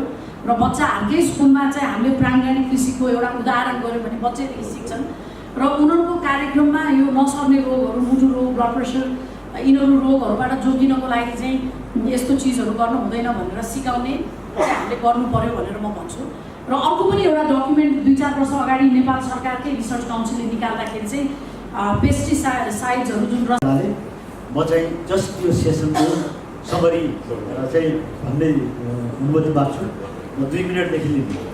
मानकाजी तामाङजीको यो हृदय विदारक जुनबाट सुरु भएको हाम्रो कार्यक्रम सुकु तामाङजीले त्यत्तिकै मनसुने इन्द्रावतीको कथनपछि आफ्नो दुःखद घटना पनि सुनाउनु भयो र त्यो दुःखद घटनामा सप्रोसले कसरी सहयोग गर्यो र तरकारी खेतीबाट त्यो गाउँमा उहाँ कसरी एउटा नमुना किसानको रूपमा रहनुभयो। यद्यपि उहाँको शारीरिक दुर्बलतालाई गाउँलेहरूले पहिला अवहेलना गर्ने गर्थे, उहाँ प्रेरणाको रूपमा हुनुहुन्छ भन्ने कुरा सुन्नु पाउँदाखेरि हामीलाई खुसी लाग्यो। सानो सानो विवेकपूर्ण होइन अलिक साहसी अलिकति आँटिलो अलिक बुझारु अलिक विवेकी हुँदालाई जुन चाहिँ अलिक प्रभावकारी रूपमा जीवनयापन पनि सहज बनाउन सकिन्छ भन्ने एउटा उदाहरणीय छलफल भयो यो फोरमबाट। मलाई थाहा छ त्यहाँबाट पनि अलिक प्रभाव पऱ्यो भने उम्लिएर आउँछ है, हामीले रोक्न सक्दैनौँ। तर मैले क्षमा नै मागे आयोजकहरूको तर्फबाट किनकि हामीसँग अब धेरै टाइम छैन, ढकेनौँ भने पनि बेलुकासम्म ढकेन सकिँदैन। तर एउटा कुरा के छ भने लन्चको टाइम छ, अनौपचारिक रूपमा हाम्रा केजीहरू हुनुहुन्छ तपाईँहरू सबै आफ्ना केही कुराहरू छ भने तपाईँहरूले राख्न सक्नुहुनेछ।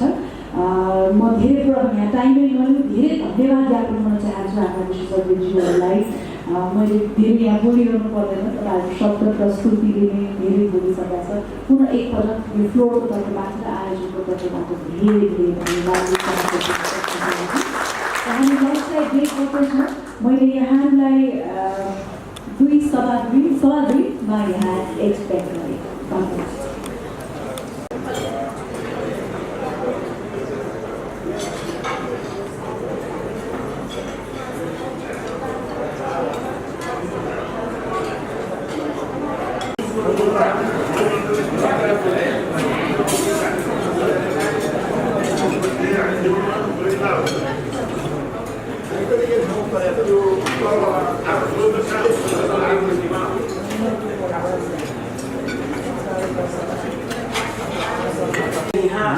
After his mother's death, that she was his tutor, he finished his doctorship in the Netherlands, and then he had doctorship. And this 6-7 years ago, she told me that I am going to do my main PhD. I said, what else? You have all the PhDs?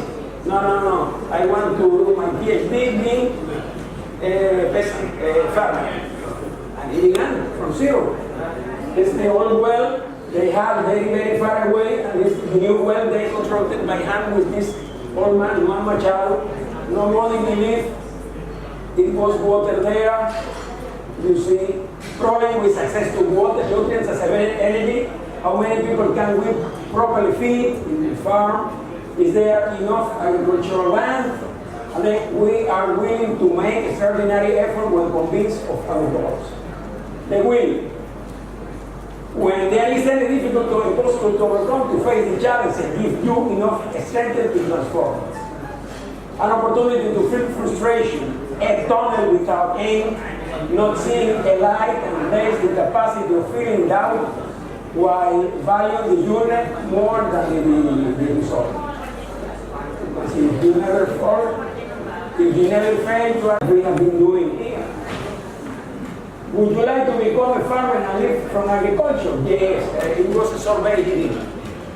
Some of them, one group, yes, I am ready to spend the rest of my life farming. B, no, I don't feel prepared by conditions. D, I never consider it.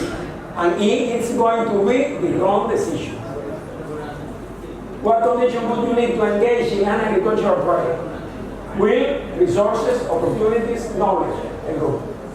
Another group, money, lands, market for products. C, a committed partner to share the challenge. D. Thank you to the experts and thank you to all of you.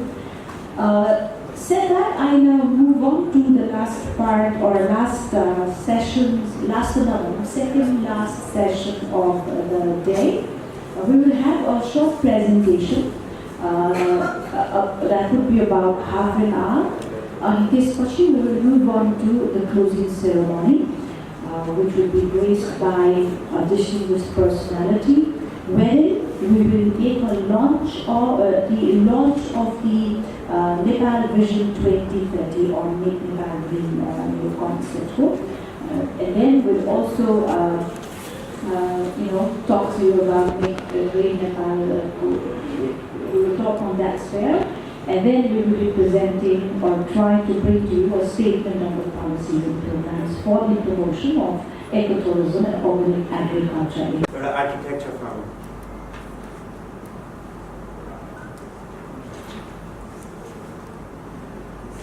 हामी चाहिँ बाँस र माटोलाई specially यसलाई कसरी अब traditional मटेरियललाई अहिलेको modern कन्टेक्स्टमा अहिलेको सस्टेनेबिलिटीको उसमा टाइममा कसरी यसले एड्रेस गर्न सक्छ भनेर हामीले स्टार्ट गरेको। अहिले हामीले यो हाम्रो प्रेजेन्टेसन्सहरूमा एग्रिकल्चरमा को के अरे इन्भाइरोमेन्टल इम्प्याक्ट हामीले बुझिसकेका छौँ, तर अहिलेसम्मको सबभन्दा ठुलो पोल्युटिङ इन्डस्ट्री भनेको सिमेन्ट र स्टिल इन्डस्ट्री हो। हाम्रो यो फसल फ्युलले भन्दा पनि बढी यसको एमिसन यो हाम्रो स्टिल र कङ्क्रिटले गरेको हुन्छ। यो कङ्क्रिट र स्टिलको अल्टरनेटिभ छ कि छैन भनेर एक किसिमको एउटा यो एक्सप्लोर गर्ने प्रयास हो। हामी दुईटा हाम्रो यहाँ दुईटा मटेरियल हामी हेर्छौँ, एउटा बाँस र एउटा माटो। बाँस भनेको चाहिँ हाम्रो सदर्न हेमिस्फियरमा सबै ठाउँमा एकै ठाउँमा हरियो छ नि। हाम्रोमा चाहिँ यो बाँस भनेको आउँछ, त्यो हाम्रो जुन जुन ठाउँमा भात खाने ठाउँ हुन्छ नि त्यो ठाउँमा चामल खाने ठाउँमा हाम्रो बाँस पनि छ। अब नेपालमा बाँस भन्ने बित्तिकै हाम्रो इमेज कस्तो आउँछ भने एउटा छाप्रो, एउटा टहरा, एउटा टेम्पोरेरी स्ट्रक्चर त्यसमा मात्र आउँछ। तर यसमा अलिकति इन्जिनियरिङ मिक्स गऱ्यो भने यही स्ट्रक्चरलाई यसले बाँसले नै हामी यस्तो बनाउन सक्छौँ होइन। हामीले केही धेरै प्रोसेसिङ गर्नै पर्दैन, यसलाई केही चेन्ज गर्नै पर्दैन। अहिले 3 वर्ष अघि साङ्घाई वर्ल्ड एक्सपोमा पभिलियन हो, चाइनिजहरूले बाँसको बनाएको थियो, जापानिजहरूले बाँसको बनाएको थियो। इन्ट्रेस्टिङ कुरा के छ भने यही देशहरूले 100 वर्ष अघि यही एक्सपोमा स्टिल युज गरेको हो। त्यति बेला 100 वर्ष अघि चाहिँ स्टिल इज द फ्युचर भन्ने मेसेज थियो भने अहिलेको यो डेभलप इन्डस्ट्रियल कन्ट्रिजहरूले पनि यो गर्नुको अर्थ चाहिँ उनीहरूले पनि यसको यो फ्युचर हो भन्ने एक किसिमको देखेका छन्। हामीसँग नेपालमा यति थरीको हामीसँग आर्किटेक्चर छ। अब माथि पहाडमा माटोको, तल तराईमा बाँसको राम्रो बेनिफिट छ, किनभने यसले सिमेन्ट जस्तो यसले सास फेर्छ। तपाईँको टेम्परेचर बढी भयो भने यसले सोसेर कम गराउँछ, कम छ भने फाल्छ, यसले मोइस्चर रेगुलेट गरिरहेको हुन्छ। हामीले लुगामा कटन लाउँदा र नाइलन लाउँदा जुन फरक हुन्छ नि, कटन लाउँदा जसरी सास फेर्छ यसले पनि आर्थराइटिस, बाथ रोगहरू र हाम्रो लिभिङ कन्डिसन हाम्रो त्यसको पनि धेरै एसोसिएसन छ। हामी नेपालमा हेर्ने हो भने तपाईँको अहिलेसम्म सिमेन्ट भनेको जम्मा 17% मात्र छ आएको अहिलेसम्म है सिमेन्ट छ अहिले अब यो हाम्रो सेन्ससको डेटा हो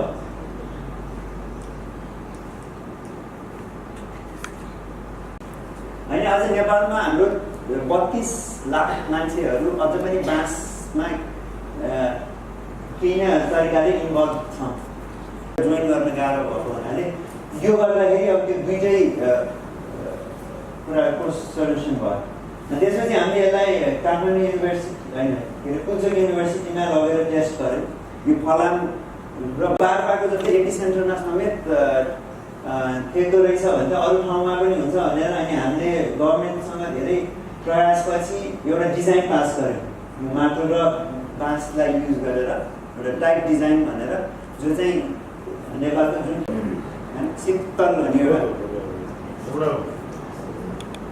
अनि अब मैले अब त्यो गरेँ भने 8-9 वर्ष भयो तर यो भुइँचालो आएपछि चाहिँ मान्छेले के लागेछ भने यसले त बलियो हुँदो रहेछ अनि एउटा पर्सेप्सन चाहिँ बिस्तारै चेन्ज भयो त्यसमा सबभन्दा ठुलो अब हामीलाई कति पर्छ compare to steel cement structure र हाम्रो ट्रेडिसनल जुन ढुङ्गाले बनाउने ढुङ्गा माटो पनि बनाउँछौँ नि त त्यसको लागि तिनवटाको कम्पेरिजनमा कस्ट कस्तो छ त्यति भनिदिनु भयो भने अलिकति भन्दा नि कम स्टिलहरू अब यसमा अलिकति लाग्ने कस्ट भनेको चाहिँ अब लेबर कस्ट होइन अनि अब त्यो लेबरको किनभने यो हातैले बनाउने भएको हुनाले चाहिँ अलिकति लेबर चाहिँ बढी लाग्छ मटेरियल चाहिँ कम लाग्छ त्यही पनि अब एकदम सस्तो चाहिँ हुँदैन मान्छेले बाँस भन्ने बित्तिकै एकदम टरा जस्तो एकदम सस्तो सोच्छन् तर स्टिलको सिमेन्टको कम्पेयरमा चाहिँ अब यो हाम्रो इँटा भनौँ न अहिले इँटा बाहिर किन्न गयो 14-15 रुपियाँ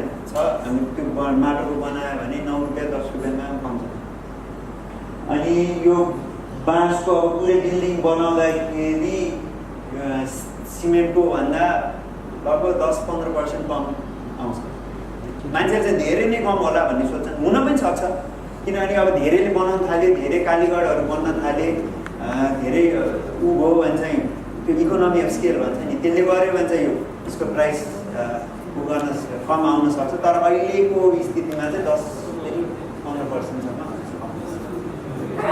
अब ठाउँ हेरी 1500 देखि 2500 3000 सम्म कस्तो बनाउने त्यो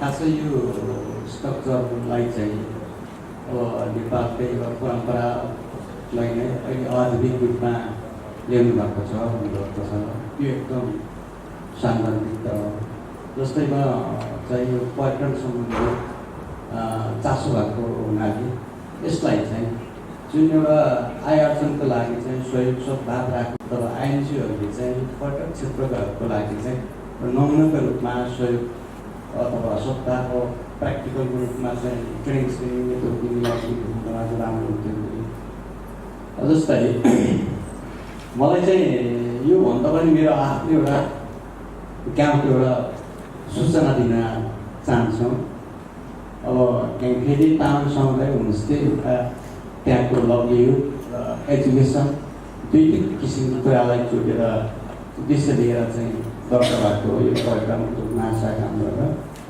जस्तै यसको सहयोग चाहिँ यो पर्यटन वर्ष 2011को लागि चाहिँ मार्केटको हिँड्ने सुरुवात गरौँ भन्ने हिसाबले डब्लुएफले चाहिँ थोरै फन्ड सहयोग गरेका थियो पर्यटन भनेको चाहिँ हामी एक अर्कामा चाहिँ घुलमिल गर्ने र एक अर्काको चाहिँ सद्भाव सहयोग र अध्यय राख्ने चिज नै हो जसले गर्दाखेरि चाहिँ हाम्रो चाहिँ मार्केटको चाहिँ ठाउँको चाहिँ सप्ताह सुन्दाखेरि यहाँहरूलाई नि अचम्म लाग्नुहुन्छ होला यो चाहिँ धेरै न्युजहरू मात्रै धेरै भाइरल भएर आएको कुराहरू थियो जसमा अहिले त्यो समस्या चाहिँ समाधान गर्नको लागि त्यहाँ एउटा होमस्टेले भूमिका खेलेको छ जस्तै अहिले विद्यालयको एकचोटि हेल्थको इस्युजलाई लिनुभयो जहाँ चाहिँ आर्थराइटिसको कुरा निकाल्नु भयो तपाईँले त्यो इको फ्रेन्डली मोडल र आर्थराइटिस जस्तो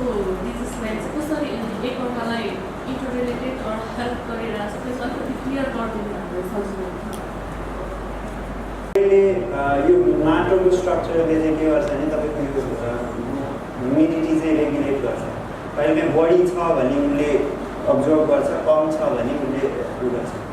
अनि एउटा स्टडीमा मैले के देखेको थिएँ भने तपाईँको जब मोइस्चर लेभल कम हुँदै जान्छ नि त्यो स्ट्रक्चर ड्राई हुन्छ नि त्यसपछि तपाईँलाई ब्रिदिङको त्यो मेम्बर त्यो मस्कस मेम्ब्रेनहरू त्यो ड्राई हुँदै जाने त्यो भएर अनि त्यसपछि त्यसले के अरे बोन्सको कति ठाउँमा के अरे कम्प्लिकेसन्सहरू निकाल्छ भन्ने त्यो स्टडीले देखाएको जुन चाहिँ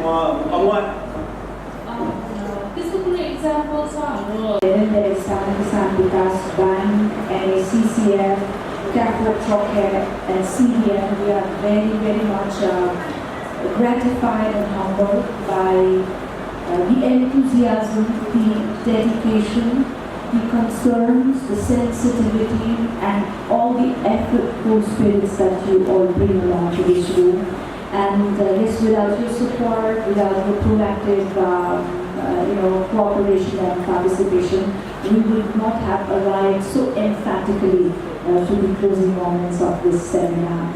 Because as we come towards the close, we are certainly feeling we have arrived or come near to the objective that we thought and brought along.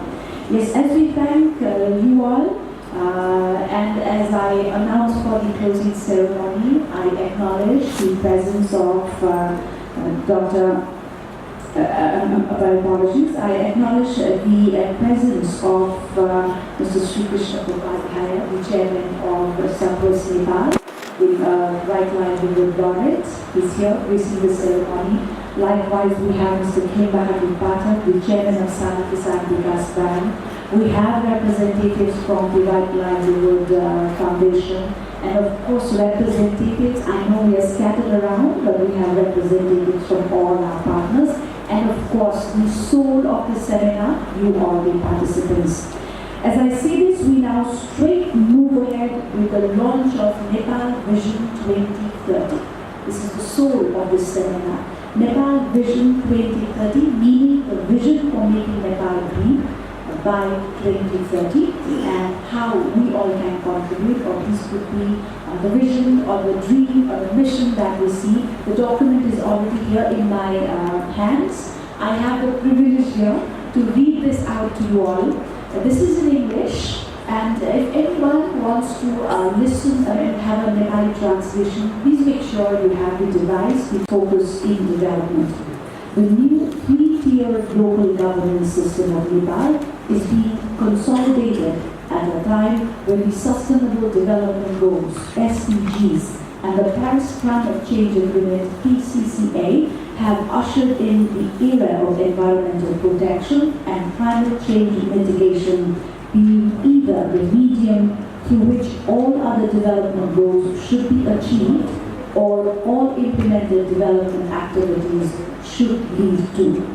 In this milieu, and like the situation for most developing countries, Nepal does not possess the human-based capabilities and technologies to efficiently utilize environmental protection and climate change measures to achieve other developmental goals or implement other developmental activities in a manner which will protect the environment or mitigate climate change impacts.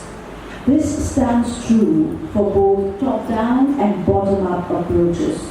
Effective policies have either not been formulated, or those which have been formulated have not been enforced effectively. At the other end of the spectrum, successful projects at the local level have lacked the capacity to be replicated for effective and efficient continuity. The deficiency in human capability culture production to level where trade deficit in raw food products is broken even. Number 3, ensure market trading of all agricultural produce after subtracting the subsistence consumption of farmers and their households. Number 4, ensure all demand for raw food is met by supply of domestic organic produce.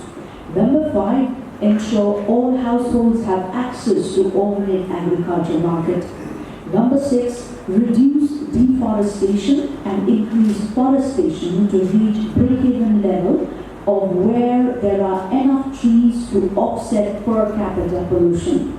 Number 7, eliminate the usage of non-renewable source produced energy in households, industry and transport. Number 8, replace non-renewable source produced energy with domestically produced renewable source produced energy.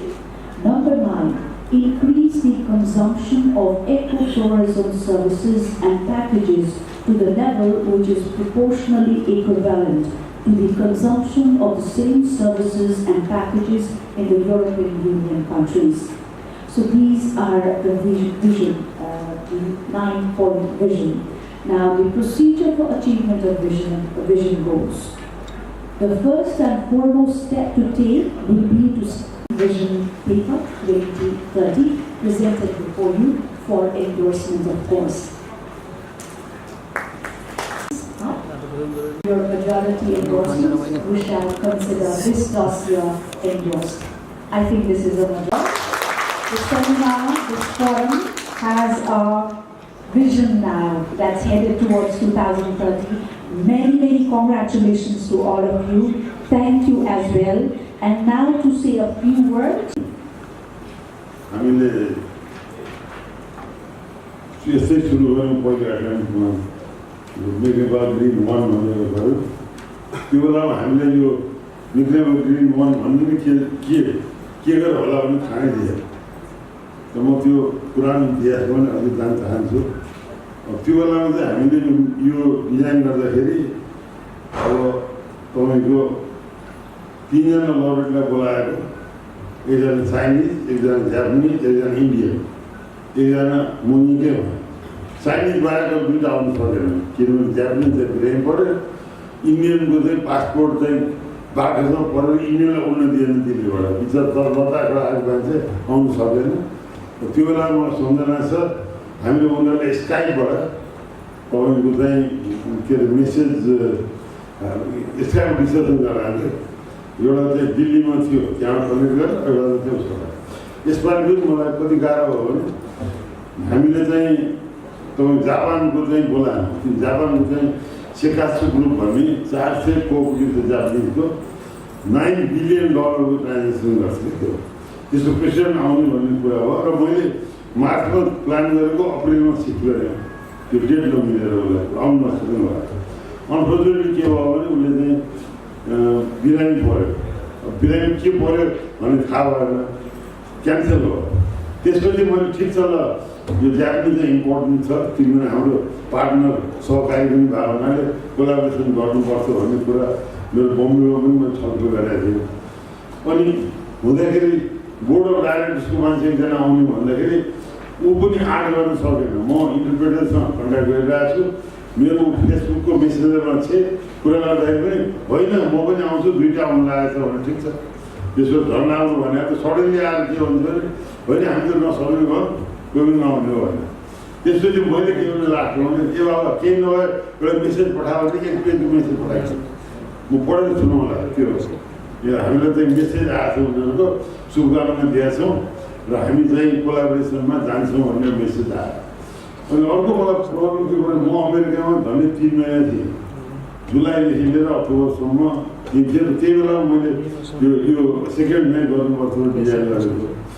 Design गर्दाखेरि मेरो fund गर्ने agency भने right livelihood फाउन्डेसनै हो, जसले कि पहिले पनि गरेँ। त्यो बेलामा तपाईँको यो के अरे राइट लाइभलीहुड फाउन्डेसनको अध्यक्ष मोनिका ग्रिफिन पनि आउनुभयो। होल टिम आयो, कम्युनिकेसनको आयो, सलन श्रीनिवासन भन्ने आएको थियो। त्योभन्दा अगाडि चाहिँ जोसेफिना आई, उसले मेक नम्बर 3 भनेर के अरे फिल्म बनाइ। हामीले उसको होटलको कस्ट तिर्यौँ र she was a wonderful photographer वर्ल्डको।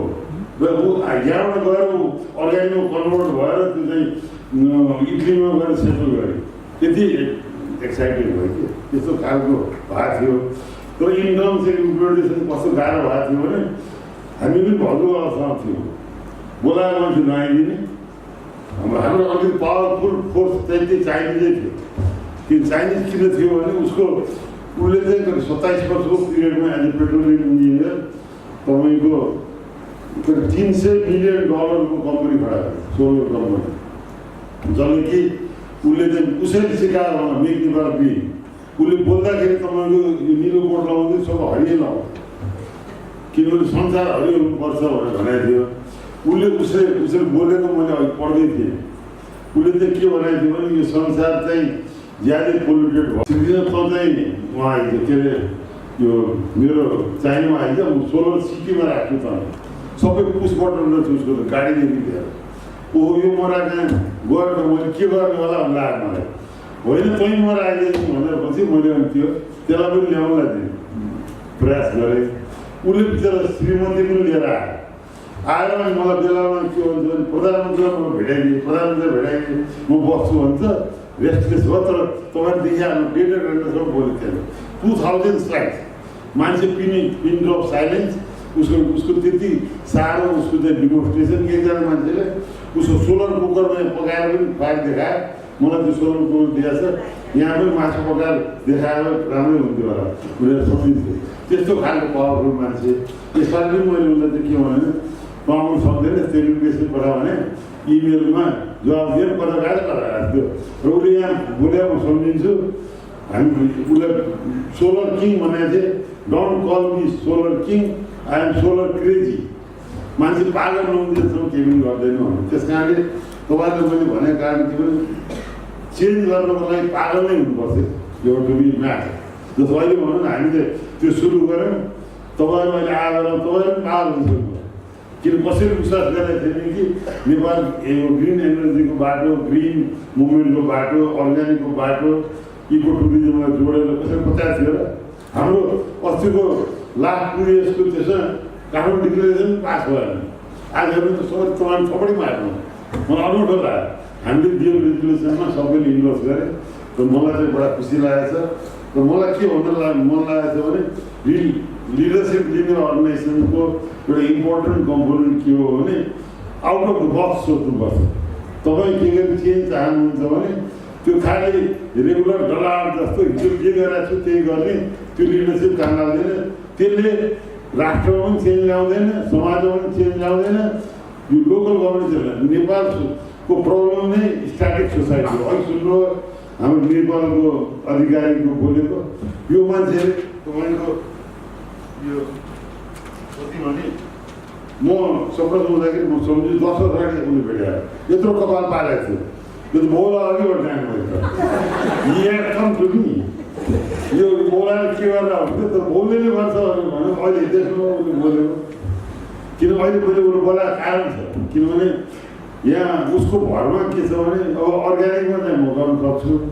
इको टुरिज्म त्यत्तिकै इम्पोर्टेन्ट छ, किनभने इको टुरिज्मले भ्यालु एडिसन दिन्छ। म पनि धेरै गाउँमा गइसकेँ। म अहिले सम्झु म र मेरो वाइफ चाहिँ बन्दीपुरमा गयो। हामी एउटा होटलमा बस्यौँ, हाम्रो प्रोग्राम हेर्नु गएको थियौँ। अनि तपाईँको बिहान चाहिँ हामी सधैँ तापमान आउँछौँ, घरमा पनि चाइनिज हाम्रोबाट त्यहाँ पनि नआएको त होला भने त चिसोबारीमा आउँछ त। यो अब के भयो त भने त त्यो तपाईँको नेपाली सोलरबाट त्यो पनि कलेक्टर आउनु छैन। नर्थ फेसिङ गर्दैछ म त हेर्नु त नर्थ फेसिङमा हाउडे हट वाटर होटल छ 2000 रुपियाँ चार्ज गरेर हेर्नु। त्यसपछि हामी गएर पोखरा गएर माग्यौँ वाटी पिटी हेर्नुहोस् त लुकाट इन्जिनियरिङ राम्रोसँग तपाईँको बाथरुम पनि बनाउनु जान्दैन यहाँ होइन। त्यो खालको अवस्थामा हामी छौँ। अनि त्यस कारणले चाहिँ मैले हाम्रो साथी हाम्रो खेबहादुर पाठकजीलाई भनेको थिएँ, उहाँ र म हामी श्रीगञ्जमा गयौँ। अनि एउटा त्यो होटलमा हामी राखियो। मैले अर्को यो चियाको फार्म पनि हेरेँ। 2001 गएको छु म एउटा स्टडीको सिलसिलामा, यसपालि पनि गएँ।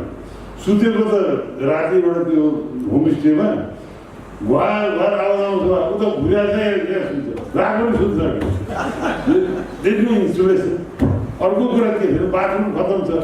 बाथरुम चाहिँ कस्तो रहेछ भने तपाईँको त्यो कमोड भयो, कमोडको त्यो माथिकै छ नि बल छ। अनि यो बाथरुम घर राम्रो हुनु पऱ्यो, इन्सुलेसन हुनु पऱ्यो, हिटेड हुनु पऱ्यो, हट वाटर हुनु पऱ्यो, होइन बुझ्नुभयो नि? त्यो गरेपछि तपाईँले 1000 होइन 5000 चार्ज गर्छ। म तपाईँले 4 महिना अमेरिकामा बसेर धेरै मान्छे 500 नेपाली भेट्यो होला। उनीहरूले मलाई के भन्यो भने अबको टुरिज्म डिजिटल नोम्याडको हुन्छ अरे। डिजिटल नोम्याड भने कस्तो भने आइफोन बोक्छ, तपाईँको आइप्याड बोक्छ, उसलाई वाइफाई चाहिन्छ एकदम हाई स्पिडको, अनि तपाईँको एकदमै शान्त ठाउँ चाहिन्छ, अर्ग्यानिक खाना चाहिन्छ, घर राम्रो बस्यो भने त्यो चाहिँ अहिले आइटीबाट पैसा कमाउने नेपाली पनि छन्। त्यस्तोलाई एट्र्याक्ट गर्नुपर्छ भनेपछि त तपाईँको सुत्ने ठाउँमा बनाउँछ, साथी मान्छेहरू को आउँछ? अनि यहाँ टुरिज्म प्रमोट गरेर बस्नु मैले धेरै भिडियोमा युट्युबमा रिसर्च गरेँ। एउटा चाहिँ स्याङ्जारको चाहिँ मेरो टिमलाई पनि तपाईँको 5-7 ठाउँमा पठाएँ, इन्जिनियर र हाम्रो लोकशास्त्री वा हाम्रो अर्ग्यानिक एक्सपर्ट हुनुहुन्छ। चाडा महिनामा उहाँ लिङ्क सक्नुभयो। अहिले जुन मन्त्रीजीले गर्नुभयो चाडामा उहाँ सबै एकदम 15 वर्षमा ट्रेनिङ गरेर राख्नु भएको छ। उहाँ र केसरी भट्ट हाम्रो इन्जिनियर हुनुहुन्छ। गर्दाखेरि के भयो भने हाम्रो चाहिँ त्यहाँ तपाईँको सिलसिलामा अब त्यो हाम्रो मार्केटले के खोज्छ भने जानकारी नै छैन। हामीलाई चाहिँ के हो यो सुन्तलाको बोर्ड देखाएर टुरिस्ट आउँछ भने टान्छ त्यहाँको गाउँको गुरुङले यो अब कहाँ हुन्छ सुत्छ कहाँ? किनभने यङ मान्छे जति बाहिर गएपछि बुढी मान्छे नाच्ने मान्छे पनि छैन। किनभने हामी हेर्दाखेरि तपाईँको त्यो यो के अरे चितवनको जुन सौराको एरियामा छ नि त्यहाँ चाहिँ कमसे थौरले नाच्छ, त्यो भालु सालु देखाइदिन्छ, गैँडा देखाउँछ, आउँछ टुरिस्ट 50,000 भयो भने तपाईँको महिनाको एउटा कमाउँछ। अब त्यो उहाँ के अरे प्युठारमा गयो हाम्रो टिम, त्यहाँ केही पनि छैन, होमस्टे अब के खाने पनि छैन, तपाईँको सुत्दै छैन। त्यस कारणले भने के हो यो बेसिकली के हो एउटा पार्ट चाहिँ तपाईँको प्रोडक्ट हुनु पऱ्यो, नेचर प्रोडक्ट राम्रो छ, कल्चर राम्रो छ, खाना राम्रो छ, मैले बनाएको वाइफाई राम्रो छ, मैले को निर्माण जस्तो केसरी जस्तो मान्छेहरूले घरको राम्रो डिजाइन गरिदियो। त्यसपछि हाम्रो खेमबहादुर पाठकजी जस्तो मान्छेहरूले बिग्रिनु भयो। हाम्रो के अरे युवराज खत्री जस्तो मन्त्रीजीले के अनुदान दिनुभयो, अनुदान लिड मिलाउनु पऱ्यो नि त, हाइब्रिड हो नि त्यो गऱ्यौँ। त्यो त्यसलाई मार्केटिङ गर्नु पऱ्यो। हामी युट्युबमा अघि मैले मेरो हाम्रो स्टुअर्ड कहाँ गयो स्टुअर्डलाई चाहिँ उसले मलाई के भन्नु भने क्राउड फन्डिङबाट चाहिँ पैसा हामी निकाल्नु पऱ्यो प्रोजेक्टलाई, फेरि त प्रोजेक्ट हुँदैन। उसले मलाई यो मेरो गुड भिडियो भनेपछि हाम्रो पनि कम्युनिकेसन स्किल तगडा हुनु पऱ्यो नि। हामीले राम्रो फिल्म बनाउँछ। अघि बुझ्नुभयो नि एकजना मान्छे शुक्रबहादुर तामाङ हो, तपाईँले रुनुपर्छ उसको स्टोरी सुनेपछि। उसको स्टोरीलाई हामीले इङ्ग्लिसमा कन्भर्ट गरेर युट्युबमा हालेर मैले राइट लाइभलीहुडसँग गरेपछि पैसा त्यसै आउँछ। अब म आफ्नै प्रब्लम पनि बनाउँछु। अघि उहाँ भाइले हाम्रो घ्याङ फेदीको भाइले कुरा गर्नुभयो। घ्याङ फेदीमा हामीले चाहिँ डब्लुएफीको कार्यक्रममा काम गऱ्यौँ। 1 वर्ष पैसा सिद्धि हो। यो अब 1 वर्ष विकास हुन्छ। त्यो अघि कान्छी तामाङ मैले गएर भेटाएको छु, 2 वर्ष गऱ्यो सिद्धि हो। अब आगा सिकेको छ उहाँ सरकारले चाहिँ 20 वर्ष बसेर विकास गर्नुहुने। एनजिओलाई चाहिँ 2 वर्ष त्यो पनि कहाँ मागेर आयो नि सरकारले त्यसरी नदिने। तपाईँ सुन्नुभयो यो के अरे हाम्रो डाक्टर जयसिंह शाह उसले चाहिँ सानो किसानको 2% के अरे ओभरहेडमा छ भने अरू सर्भिसेसलाई पनि पैसा दिनुपर्छ, जो अफिसियल दिनुपर्छ। त्यही हो हाम्रो इकोनोमिक थ्योरी, हाम्रो अर्थशास्त्र त्यही भन्छ। र एउटा किन म भनिरहेको छु, हिजो मात्रै मैले सुनेँ।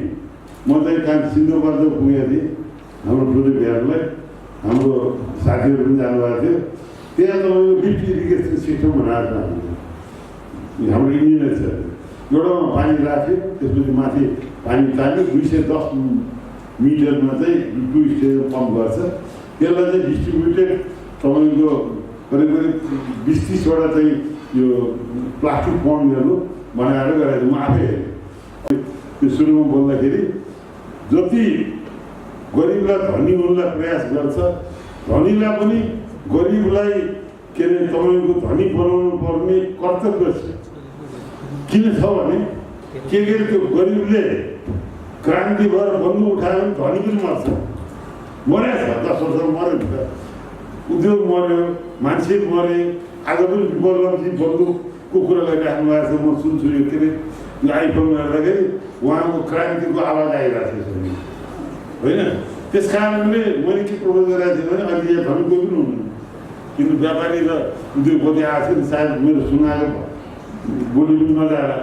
मेरो प्रोपोजल के भनेको थियो भने हरेक धनी नेपालीले काठमाडौँको जसले अर्ग्यानिक खान जान्छ एउटा गाउँमा एउटा होला ल फ्याङ्क बेनीलाई लिनु न एउटा कुनै एउटा मारवाडी व्यापारीले ल म 5 वर्षमा म यो गरिदिन्छु, सार्की ब्याङ्कले उसले कोअपरेटिभ गठन गर्छ, उहाँले दिनुहुन्छ, अलिकति अनुदान त्यो व्यापारले दियोस् होइन, म प्रविधि मेरो पैसा पनि दिनु पर्ने प्रविधिको फ्री कहाँबाट दिन्छु, उमर कमाउने म शुद्ध खाना पाउँछु ल जा कस्तो खालको उसको के अरे भन्टा खाएको हामी 2 दिनसम्म खायौँ रुद्रले लिएर आएको त्यस्तो हामी निकाल्छौँ किन्नु जम्मै सारा कोभिड सोर्छ यहाँ सारा तपाईँहरू।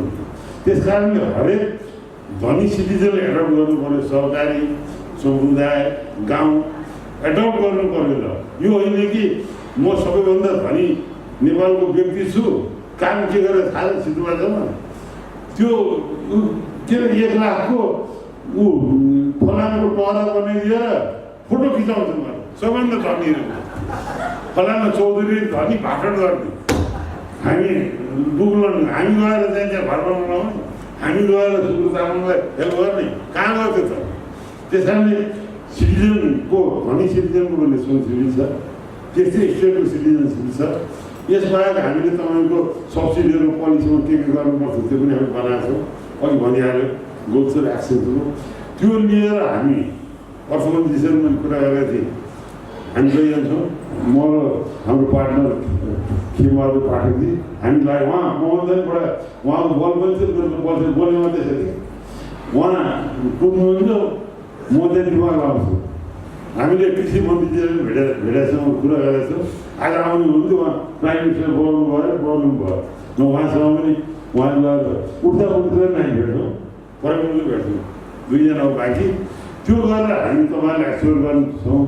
र यति पनि एस्योर के गर्छौँ भने सप्रसको काम त सक्यो, एजेन्डा पनि दिदियौँ, 2चोटि हामीले लागि पढिकन पैसा ल्याएर दुनियाँ गरौँ, बाहिर प्रचार गर्ने काम हामी गर्छौँ। अब तपाईँको खेमबहादुर पाठकजीले नेक्स्ट आउनु जिम्मा लिनुहुन्छ, तर उहाँलाई हामीले पुरा सहयोग गर्छौँ, एकदमै सँगसँगै गएर गर्छौँ। हामीसँग प्रविधि छ, जति प्रविधि नभए पनि हामी संसारबाट ल्याउँछौँ किन हाम्रो कनेक्सन्सहरू छ। र म यति भन्दै तपाईँहरूलाई चाहिँ यो यसमा तपाईँहरू हाम्रो अहिले कति हुन्छ 100 जना हुनुहुन्छ यहाँ, यसलाई यसबाट लाख कसरी बनाउने तपाईँहरू सोच्नुहोस्। त्यसमा मेरो 2टा प्रपोजल छ, एउटा के छ भने हामी यो ग्रिन नेट भनेर हामी एउटा लन्च गर्ने विचार गरिरहेको छौँ, त्यसको सँग खोज्दैछौँ। त्यो टेक्निकल सपोर्ट टिम भएर ग्रिन नेट गर्ने त्यसले भिडियोहरू बनाउँछ, कनेक्सन्सहरू बाहिर गर्नु गर्छ। किन अहिले मैले बनाउँदाखेरि हामीले पनि सर्च गरेर भिडियो हेऱ्यौँ कसले कस्तो काम गरेको थियो भनेर त्यो आधारमा बोलाएको छ, हामी नचिनिकन त्यसले राम्रो गरेको मलाई कति आएन। त्यस कारणले एउटा चाहिँ इन्फर्मेसन नेट जस्तो तपाईँको भिडियो केसेस स्टडिजहरू पनि राख्ने, त्यहाँबाट चाहिँ कनेक्टिभिटी गरेर सबैसँग कन्ट्याक्ट गर्ने जो त्यो चाड एजेन्डामा त्यो पनि हाम्रो सोचाइ छ, तर हामीसँग फन्ड छैन, दिमाग मात्रै छ। त्यो लाइनमा त्यसलाई हामीले सोचेर अनि एउटा अघि जुन कुरा आयो यो फन्डिङ मेकानिजम कसरी स्ट्रङ गराउने त्यो कुरामा अलिकति ध्यान राख्छौँ। तर तपाईँहरूलाई चाहिँ तपाईँहरू हामीलाई चाहिँ हामी फ्रन्टमा छौँ भने तपाईँहरू पछाडि हामी ऊ गभर्मेन्टले धक्का दिनु पऱ्यो क्या होइन। त्यो गरेर यो चेन्ज गरेर ल्यायौँ भने होला, न फेरि यो चाहिँ के हुन्छ भने एउटा फेरि अलिकति पहिलेको लेभलभन्दा अलिकति सेमिनारलाई बढाएर एडप्सन पनि भयो, 60भन्दा अगाडि जाँदैन कि त्यसमा चाहिँ तपाईँले पनि केयरफुल हुनुपर्छ। मेरो चाहिँ यही कुरा। धन्यवाद। भएको जानकारी पनि यहाँलाई गराएको छ। फेरि बोलाउनु भयो, म मलाई हार्दिक धन्यवाद दिन चाहन्छु। हाम्रो यो कार्यक्रमको विशेष गरी हामीलाई यो महत्त्वपूर्ण अवसर प्रदान गर्ने व्यक्तित्व हुनुहुन्छ आदरणीय श्री कृष्ण उपाध्यायज्यू। यहाँ धेरै महत्त्वपूर्ण व्यक्तित्वहरू हाम्रो बिचबाट कति विदा भइसक्नु भएको छ र अहिले यहाँ रहनुहुने सम्पूर्ण मैले आदर गर्नुपर्ने आदरणीय व्यक्तित्वहरू, पत्रकार मित्रहरू, वास्तवमा मलाई आज असाध्यै यो 2 दिनको कार्यक्रम मैले छोडेको पनि छैन।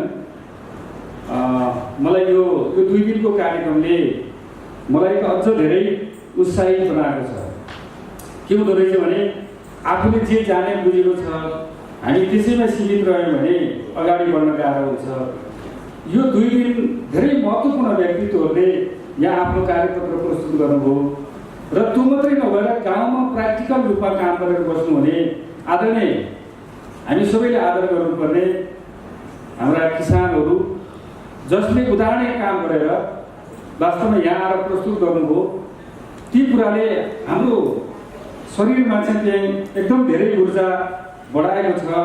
मलाई शुक्रबहादुर तामाङ सिन्धुपाल्चोक त्यहाँ प्रस्तुत गरिरहँदा अनि मलाई के आफूलाई अलिक कमजोर मैले ठाने भने उहाँको शरीर आधाभन्दा बढी चल्दैन, कतिभन्दा माथिको शरीर मात्रै चलेर उहाँले जुन सिङ्गो मुलुकलाई यो मुलुक अगाडि बढाउनलाई हामी जस्तो मान्छेको धेरै जरुरत छ, हामी अगाडि बढाउँछौँ भनेर हाम्रा बिचमा उभिएर भनिरहँदा हाम्रो सबै शरीर चल्छ।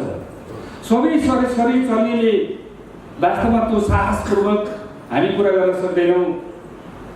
एकजना जसले उहाँले भनेको कुराबाट त मलाई लाग्छ मैले बिहानबाट बेलुकासम्म कुदिरहने काम गरिरहने हामीलाई पनि अझ काम अपुग भयो, मैले खास धेरै गर्न सकेर छु भन्ने कुरा अनुभूति चाहिँ उहाँको बोलीबाट हो। साँच्चै अरूको जस्तो खुट्टा चल्न सकेका थियो भने भनेको ठाउँमा पुग्न सकेका थियो भने अझ योभन्दा धेरै गर्थ्यौँ भनेर उहाँले देखाएको त्यो फारमहरू गरेको कृषिको कुराहरू उहाँले त्यो गरेको कुराहरू हामी सिङ्गो मुलुकभरि पुर्याउन सक्यौँ भने वास्तवमा धेरै मान्छेलाई क्रियाशील बनाउन सक्छौँ भन्ने त्यो आँट चाहिँ मलाई थपेको छ।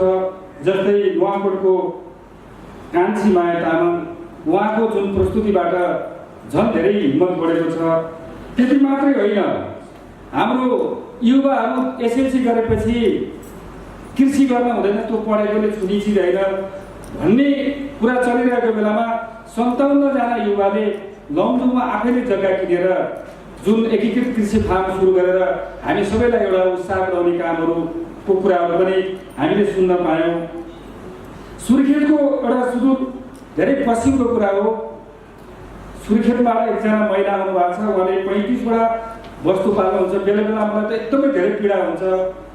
सरले गाईको दुध यति दिनुभयो, मैले गाईको दुध बिक्री नभएर थाल्नु पर्यो। वास्तवमा अहिले हामी इन्डियाबाट दुध ल्याउनुपर्छ भन्छौँ, हाम्रै यहाँ नै दुध बिक्री भएन भनेर उहाँले त्यो कुरा सुनाउँदाखेरि कहिले कहिले बडा नमजा लाग्छ। मलाई एउटा कुरा भन्न पनि मन लाग्यो, इतिहास साक्षी छ कि अहिलेसम्म नुनमा किरा परेको छैन तर मिठाईमा किरा परेको छ। रक्सी बेच्ने कहीँ जाँदैनन् तर दुध बेच्ने मान्छे गल्ली गल्ली कुना काप चार्नुपर्छ, तर पनि उनीलाई सोध्छन् दुधमा पानी मिसायो कि, तर रक्सीमा पानी थपी थपी खान्छन्। यो हाम्रो देशको स्थितिको कुरा हो। यो कुराले वास्तवमा धेरै छुन्छ, हामीलाई धेरै पीडा पनि लाग्छ। त्यसै भएर आँट गरेर अगाडि बढेको किसानलाई कसरी हामीले अझ बढी बल थप्ने भन्ने यो कुरा मलाई एकदमै मेरो भित्र दिलदेखिबाट यो कुरा उठेर आउँछ। अहिले मैले यसो सुनेको ठाउँमा हाम्रो नेपालको सजिलै विकास किन हुन सकेन, किन सजिलै परिवर्तन हुँदैन भन्दा 3टा कुराहरू मैले कहीँ टिपेको थिएँ, नोट गरेको थिएँ। त्यो विकास किन हुन सकेन रे भन्दाखेरि धेरै कुराहरू छन्। विकास नहुनेका कुराहरू नम्बरमा गरिबको हिम्मत हुँदैन, मध्यम वर्गको फुर्सद हुँदैन, धनीलाई जरुर हुँदैन विकासको लागि। गरिब र मध्यम वर्गलाई माथि उठाउन मेरो पैसा खर्च गरेर म किन धेरै खर्च लगानी गर्ने, बरु मेरो आफ्नै व्यक्तिगत विकास गर्ने भन्ने कुरा धनीले भन्छ रे। गरिबले चाहिँ गाउँमा एउटा सानो गोरेटो बाटो बनाउन हिँडेन भन्दा मलाई त बेलुका खानेकुरा छैन, के हुन्छ विकास गरेर, मलाई त विकास चाहिँदैन, म सक्दिनँ, मेरो विकास गर्ने मेरो हैसियत छैन। त्यो गरिबले आफ्नो र समाजको विकास गर्नलाई उसलाई हिम्मत हुँदैन। त्यसै गरेर पनि हामी यस्ता सञ्जालमा, सङ्गठनमा, यस्ता सहकारीमा, यस्ता सङ्घ संस्थामा गरिबलाई आबद्ध बनाएर जसरी हामीले अघि शुक्रबहादुर तामाङ जस्तो मान्छेलाई हामीले साहस दिन सक्यौँ भने हिम्मत दिन सक्यो भने तपाईँ अगाडि बढ्नुहोस्, तपाईँलाई हामी ज्ञान दिन्छौँ, सिप दिन्छौँ, प्रविधि दिन्छौँ, तपाईँलाई हामी पुँजी दिन्छौँ, तपाईँ अगाडि बढ्नुहोस् भन्यो भने उहाँको जस्तो हामीले कल्पनै नगरेको कामहरू उहाँले गर्नुभयो। त्यसै गरेर अब हामीले गरिबलाई हिम्मत दिनुपर्छ, साहस दिनुपर्छ अनि यो विकासमा हामीले सहयोग गराउनुपर्छ। मध्यम वर्गलाई फुर्सद हुँदैन, त्यो कुरा सबै गर्नुपर्छ, तर उसलाई फुर्सद हुँदैन। एउटै बारीमा जानुहोस्, उसले सबै थरी चिजहरू त्यहाँ लगाएको हुन्छ, तर खान 2 महिना पनि पुग्दैन। एउटै बारीमा लसुन, खुर्सानी, मकै, कोदो, धान सबै लगाएको हुन्छ, तर खान पुग्दैन। अनि कुनै नयाँ कुरा सुन्यो भने सबै चिज गर्नुपर्छ, तर कुनै पनि काम फत्ते हुन सक्दैन। त्यस कारणले गर्दाखेरि अब हामीले के गर्ने हो, व्यवसायिक रूपले अगाडि बढेर जानुपर्छ भन्ने कुरा चाहिँ अहिले जरुरतको रूपमा आउँछ। र त्यसै गरी धनीलाई जरुर हुँदैन भन्ने कुरालाई गरिब र मध्यम वर्ग माथि उठिसकेपछि वास्तवमा एउटा राष्ट्रियताको कुरा बडा चर्को रूपले यहाँ उठिरहेछ। यो राष्ट्रियताको कुरा उठिरहला मलाई एउटा भित्र मेरो दिलमा के कुराले छोयो भने साँच्चै हामी सिङ्गो मुलुकभरि नै यो कुरालाई, यो सन्देशलाई हामी लानुपर्छ। म दोलखाबाट झरिरहेको थिएँ, एकजना युवाले बाटोमा, युवक एकजना तामाङ हुनुहुन्थ्यो, उहाँले बाटो छिर्नुभयो, तपाईँ अहिले यहाँ जान पाउनुहुन्न, अनि किन भनेको तपाईँ मैले भनेको ठाउँमा जाउँ म गएँ। उहाँले लामो हुनुभएको छ के भने एक ठाउँमा एउटा जङ्गलको बिचमा, अनि उहाँलाई के चिन्ता रहेछ भने त्यो पालेर निकालेको बुङ्गुर बिक्री नभएर बजारमा पाएर उहाँ भम्ताइरहेको अवस्थामा तपाईँले काठमाडौँमा बजारको व्यवस्था गरिदिनु पर्यो, तपाईँले कृषि सङ्घको अध्यक्ष भन्नुभयो। भन्दै अब तपाईँले यो बुङ्गुर किन काठमाडौँ लानुहुन्छ? यहाँ नजिकै चाइनिज 5000 भन्दा बढी चाइनिजहरू यहाँ नजिकै तामाकोसीमा उनीहरूले काम गरिरहेछन्। हाइड्रो पावरमा बुङ्गुर सबभन्दा बढी मनपर्ने भुटानी र चाइनिजलाई चाइनिज किन? अनि उहाँले भन्नुभयो चाइनिजले के भन्यो भने त्यहाँ वास्तवमा कुल्ली काम गर्न आउने, कुल्ली काम गरेको चाइनिजले भनेर तिम्रो बुङ्गुर हामी किनेर खाँदैनौँ भने बुङ्गुरको प्याकिङ गरेर वहीँ चाइनाबाट ल्याएर खाने गरेका रहेछन्। अनि उनीहरूले के भने यदि तिम्रो नेपालको बुङ्गुरको मासु हामीले खायौँ भने यो तिम्रो बुङ्गुरको मासुको पैसा त 80 देशबाट 229 प्रकारको खाद्य र पेय पदार्थ नेपालले किनेर ल्याएर खाँदो रहेछ। 80 देशमा पुगेर 229 प्रकारको पेय पदार्थ खाने सबभन्दा मिठो चिज नेपालले चाख्नुपर्ने, सबभन्दा राम्रो चिज बाहिरको नेपालले लानुपर्ने, अनि भन्छ नेपाल अरूभन्दा हामी धेरै गरिब। नेपालमा जहाँ पनि बाँस हुन्छ तर त्यो बाँस लाउन आँट गर्दैन। ब्राजिलको तामाको अचार किनेर खान नेपाल हामी नेपाली त्यतातिर हालै भएका छौँ। त्यसै भएर पनि मलाई लाग्छ हामी आफ्नै कलबाट बाँच्ने हुर्कने र हामी आफैले ती कुरामा चाहिँ अगाडि बढ्नको लागि, मेहनत गर्नको लागि हामी तयार हुनुपर्छ भन्ने कुरा मलाई त्यो लागिरहेको छ। त्यसै भएर पनि म अन्तिममा प्रधानमन्त्रीले बोलाउनुभयो, तपाईँले तयार गरेको चिज अगाडि बढाएर जनाउनुहोस्, त्यसमा बसेर छलफल गरेर हामी सँगै अगाडि जान सक्छौँ भन्ने कुराहरू उहाँले पनि त्यो कुराहरू राख्नु भएको छ। त्यसै भएर पनि हामीले यहाँ बनेको चिजहरू भोलि हाम्रो एउटा आधारको रूपमा हामी त्यसैमा टेकेर अगाडि बढ्छौँ र अगाडि बढ्ने म चाहिँ वास्तवमा त्यो प्रतिबद्धता पनि जाहेर गर्न चाहन्छु। र मलाई एकदमै अझ धेरै उत्साह केबाट हुन्छ भने हाम्रो श्रीकृष्ण सर वास्तवमा जुन उहाँको उमेरलाई हेर्दा र उहाँले हामीलाई जुन जोस जागरका साथ अगाडि बढाउन कोसिस गर्नुभएको छ, अझै पनि हाम्रा यी तमाम समस्यालाई अगाडि बढाउनको लागि हामीलाई उत्साह ऊर्जा बढाउनु भएको छ। उहाँले धेरै प्रेरणा दिनुभएको छ। त्यो प्रेरणाबाट हाम्रो भित्र मन दिलदेखिबाट एकदम ऊर्जा शक्तिहरू पैदा भइरहेको छ र हामीले उहाँलाई सधैँ कहिले पनि बिर्सन नसक्ने गरी उहाँले जुन काम थालनी गर्नुभएको छ, यो म त उदाहरणका लागि भनौँ, आज म यहाँ उभिरहेको छु, म साना किसान विकास बैङ्कको अध्यक्ष र नेपाल कृषि सहकारी केन्द्रीय सङ्घको पनि अध्यक्ष।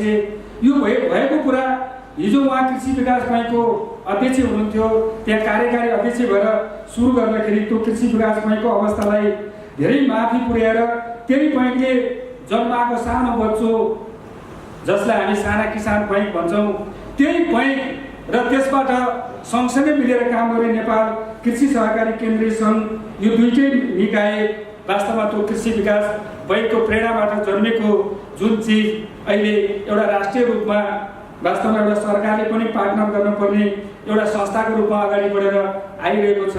यो सबै हामीलाई यस्तो प्रेरणाहरू दिने धेरै अग्रजहरू हुनुहुन्छ। उहाँहरू अग्रजहरूको कुरालाई हामीले वास्तवमा सधैँ शिरोधारी गरेर हामी अगाडि बढ्छौँ र हामी सबैले वास्तवमा उद्देश्य हामी सबैको एउटै हो कि हामीले हाम्रो देशलाई बलियो बनाउने, देश बलियो बनाउन पहिला हाम्रो देशका जनता, किसान, त्यो गाउँमा बस्ने गरिबहरू बलियो हुनुपर्छ, अनि मात्रै हाम्रो मुलुक अगाडि बढेर जान सक्छ। मलाई त एउटा घटना जहिले पनि भन्न मन लाग्छ, वास्तवमा सरकारले पनि कतिको लाइसेन्स खोसेको कुरा सुनेका छौँ हामीले। कसैले पढेको त्यो डुप्लिकेट सर्टिफिकेट चाहिँ सरकारले पत्ता लगाएर अख्तियार को लगाएर खोस्यो भन्ने कुरा सुनेका छौँ। तर जनताले नै मानिसकेर लिएको लाइसेन्सलाई सरकारले कारबाही गर्न सक्दो रहेछ। मैले एउटा उदाहरण यहाँको बिचमा मलाई राख्न मन लाग्यो। विष्णुपुर भन्ने साना किसानमा एकजना सुकुम्बासी आमाको कोखबाट जन्मदा उनीले धरतीमा उनी सुकुम्बासी भएर जन्मेका थिए। टेकेको जमिन उनको थिएन। त्यस्तो व्यक्तिलाई उनी हुर्के पढे, त्यसपछि उनको व्यापारीको कुरो चल्यो, उनले श्रीमती पाएनन्। धेरै प्रयत्नपछि फेरि एउटा सुकुम्बामा बाहिरपट्टि लेखेको छ डा गङ्गा मुखिया भित्र बाहिर भनेको छ। गङ्गा मुखिया भित्र भए भित्र, बाहिर भए बाहिर भनेको छ। अगाडि डा लेखेको छ, उनको बिल भरपाई सारा कागजमा डाक्टर लेखेको छ। तर सरकारले त्यो डाक्टर किन लेखि सरकारले भन्दैन। जनताले सबैले डाक्टर भन्छन्, जनता सबैले डाक्टर भनिसकेपछि उनलाई सरकारले पनि त्यो डाक्टर होइन भन्न सकेका छैन। त्यसै भएर वास्तवमा यो कार्यक्रमले के गर्छ भने सहारा नपाएको मान्छेलाई वास्तवमा आज हाम्रो देशमा स्कुलै नजाने मान्छे आज डाक्टर भयो। हामीले पनि डाक्टर गङ्गा मुखिया भन्छौँ। गङ्गा मुखियाले माछामा हात हालेपछि सफल हुन्छ भन्छन्। अहिले 65वटा पोखरीमा उनले दिनमा 5 कुन्टल माछा बेच्छन्, 35 लाख नेट नाफा कमाउँछन् एक वर्षमा। अब उनको 22 बिघा जमिनमा अर्को पोखरी सुरु हुँदैछ। अब उनको 70 देखि 75 लाख एक वर्षमा माछा बेचेर उनी नाफा गर्दैछन् र उनी एउटा सुकुम्बासी आज नेपालको उदाहरणै मान्छे बन्दैछन्। त्यसै भएर पनि हामीले वास्तवमा निराश भएर होइन, हामी एकदम उत्साह साथ अगाडि बढेर जान सक्यौँ। साँच्चै हामी सबै एकजुट भएर लाग्न सक्यौँ भने धेरै कुराको हामी प्रगति गर्न सक्छौँ। मैले यति कुरा यहाँ राख्दै फेरि पनि यो कार्यक्रममा अन्तिमसम्म यहाँहरूले साथ दिनुभयो, हामीलाई उत्साह बढाउनु भयो, ऊर्जा बढाउनु भयो र जुन एउटा 2 दिनको यहाँको मेहनतले, अनुभवले यहाँहरूले दिएको सल्लाह सुझावबाट एउटा राम्रो हाम्रो अगाडि बढ्ने बाटो खोलिएको छ। जुन मेक नेपाल ग्रिन, हामी अबका केही वर्षमा नेपाललाई हरियाली बनाउने र संसारभरिको मान्छेलाई नेपालभित्र भित्र्याउने अनि एउटा सुन्दर नेपाल बनाउने जुन कल्पनाका साथ यो कार्यक्रम अगाडि बढेको छ। म सबभन्दा पहिला त हाम्रो श्रीकृष्ण सरलाई, सप्रोज नेपाललाई म धेरै धेरै धन्यवाद दिन चाहन्छु। यसलाई सहयोग गर्ने सबै सङ्घ संस्थालाई पनि म हार्दिक धन्यवाद दिन चाहन्छु र यो पार्टनरसिपमा रहने साना किसान बैंक अनि नेपाल कृषि सहकारी केन्द्रीय सङ्घ, यसलाई आर्थिक प्राविधिक सहयोग गर्ने सङ्घ संस्थाहरू, हाम्रा विदेशी पाहुनाहरू, उहाँहरू सबैलाई म एकमुष्ट रूपमा हार्दिक धन्यवाद दिँदै फेरि पनि यो अहिले उठेको परिकल्पनाले एउटा सार रूप लियोस् र यो सफलताको शिखरमा पुगोस्, यही शुभकामना दिएर यो होटेल, यो हल हामीलाई प्रदान गर्नुहुने यहाँ लगानी गर्ने हाम्रो साहुजीलाई पनि हामी धेरै धेरै धन्यवाद दिन चाहन्छौँ। हाम्रो यो कार्यक्रमलाई मिठो रूपले सञ्चालन गर्नुहुने, वास्तवमा हामीलाई ऊर्जा बढाउने, उत्साहित बनाउने, उहाँको प्रत्येक बोली शब्द मिठासबाट हामीलाई आनन्द आउँछ, त्यो प्रस्तुत गर्नुहुने सञ्चालिकाज्यूलाई पनि म धेरै धेरै धन्यवाद दिँदै मेरो भनाइलाई पनि यहाँ अन्त गर्छु र मलाई ठुलो अधिकार दिनुभएको छ यो कार्यक्रम समापन गर्ने यो घोषणा गर्छु। समापन भएको हस्त, धन्यवाद।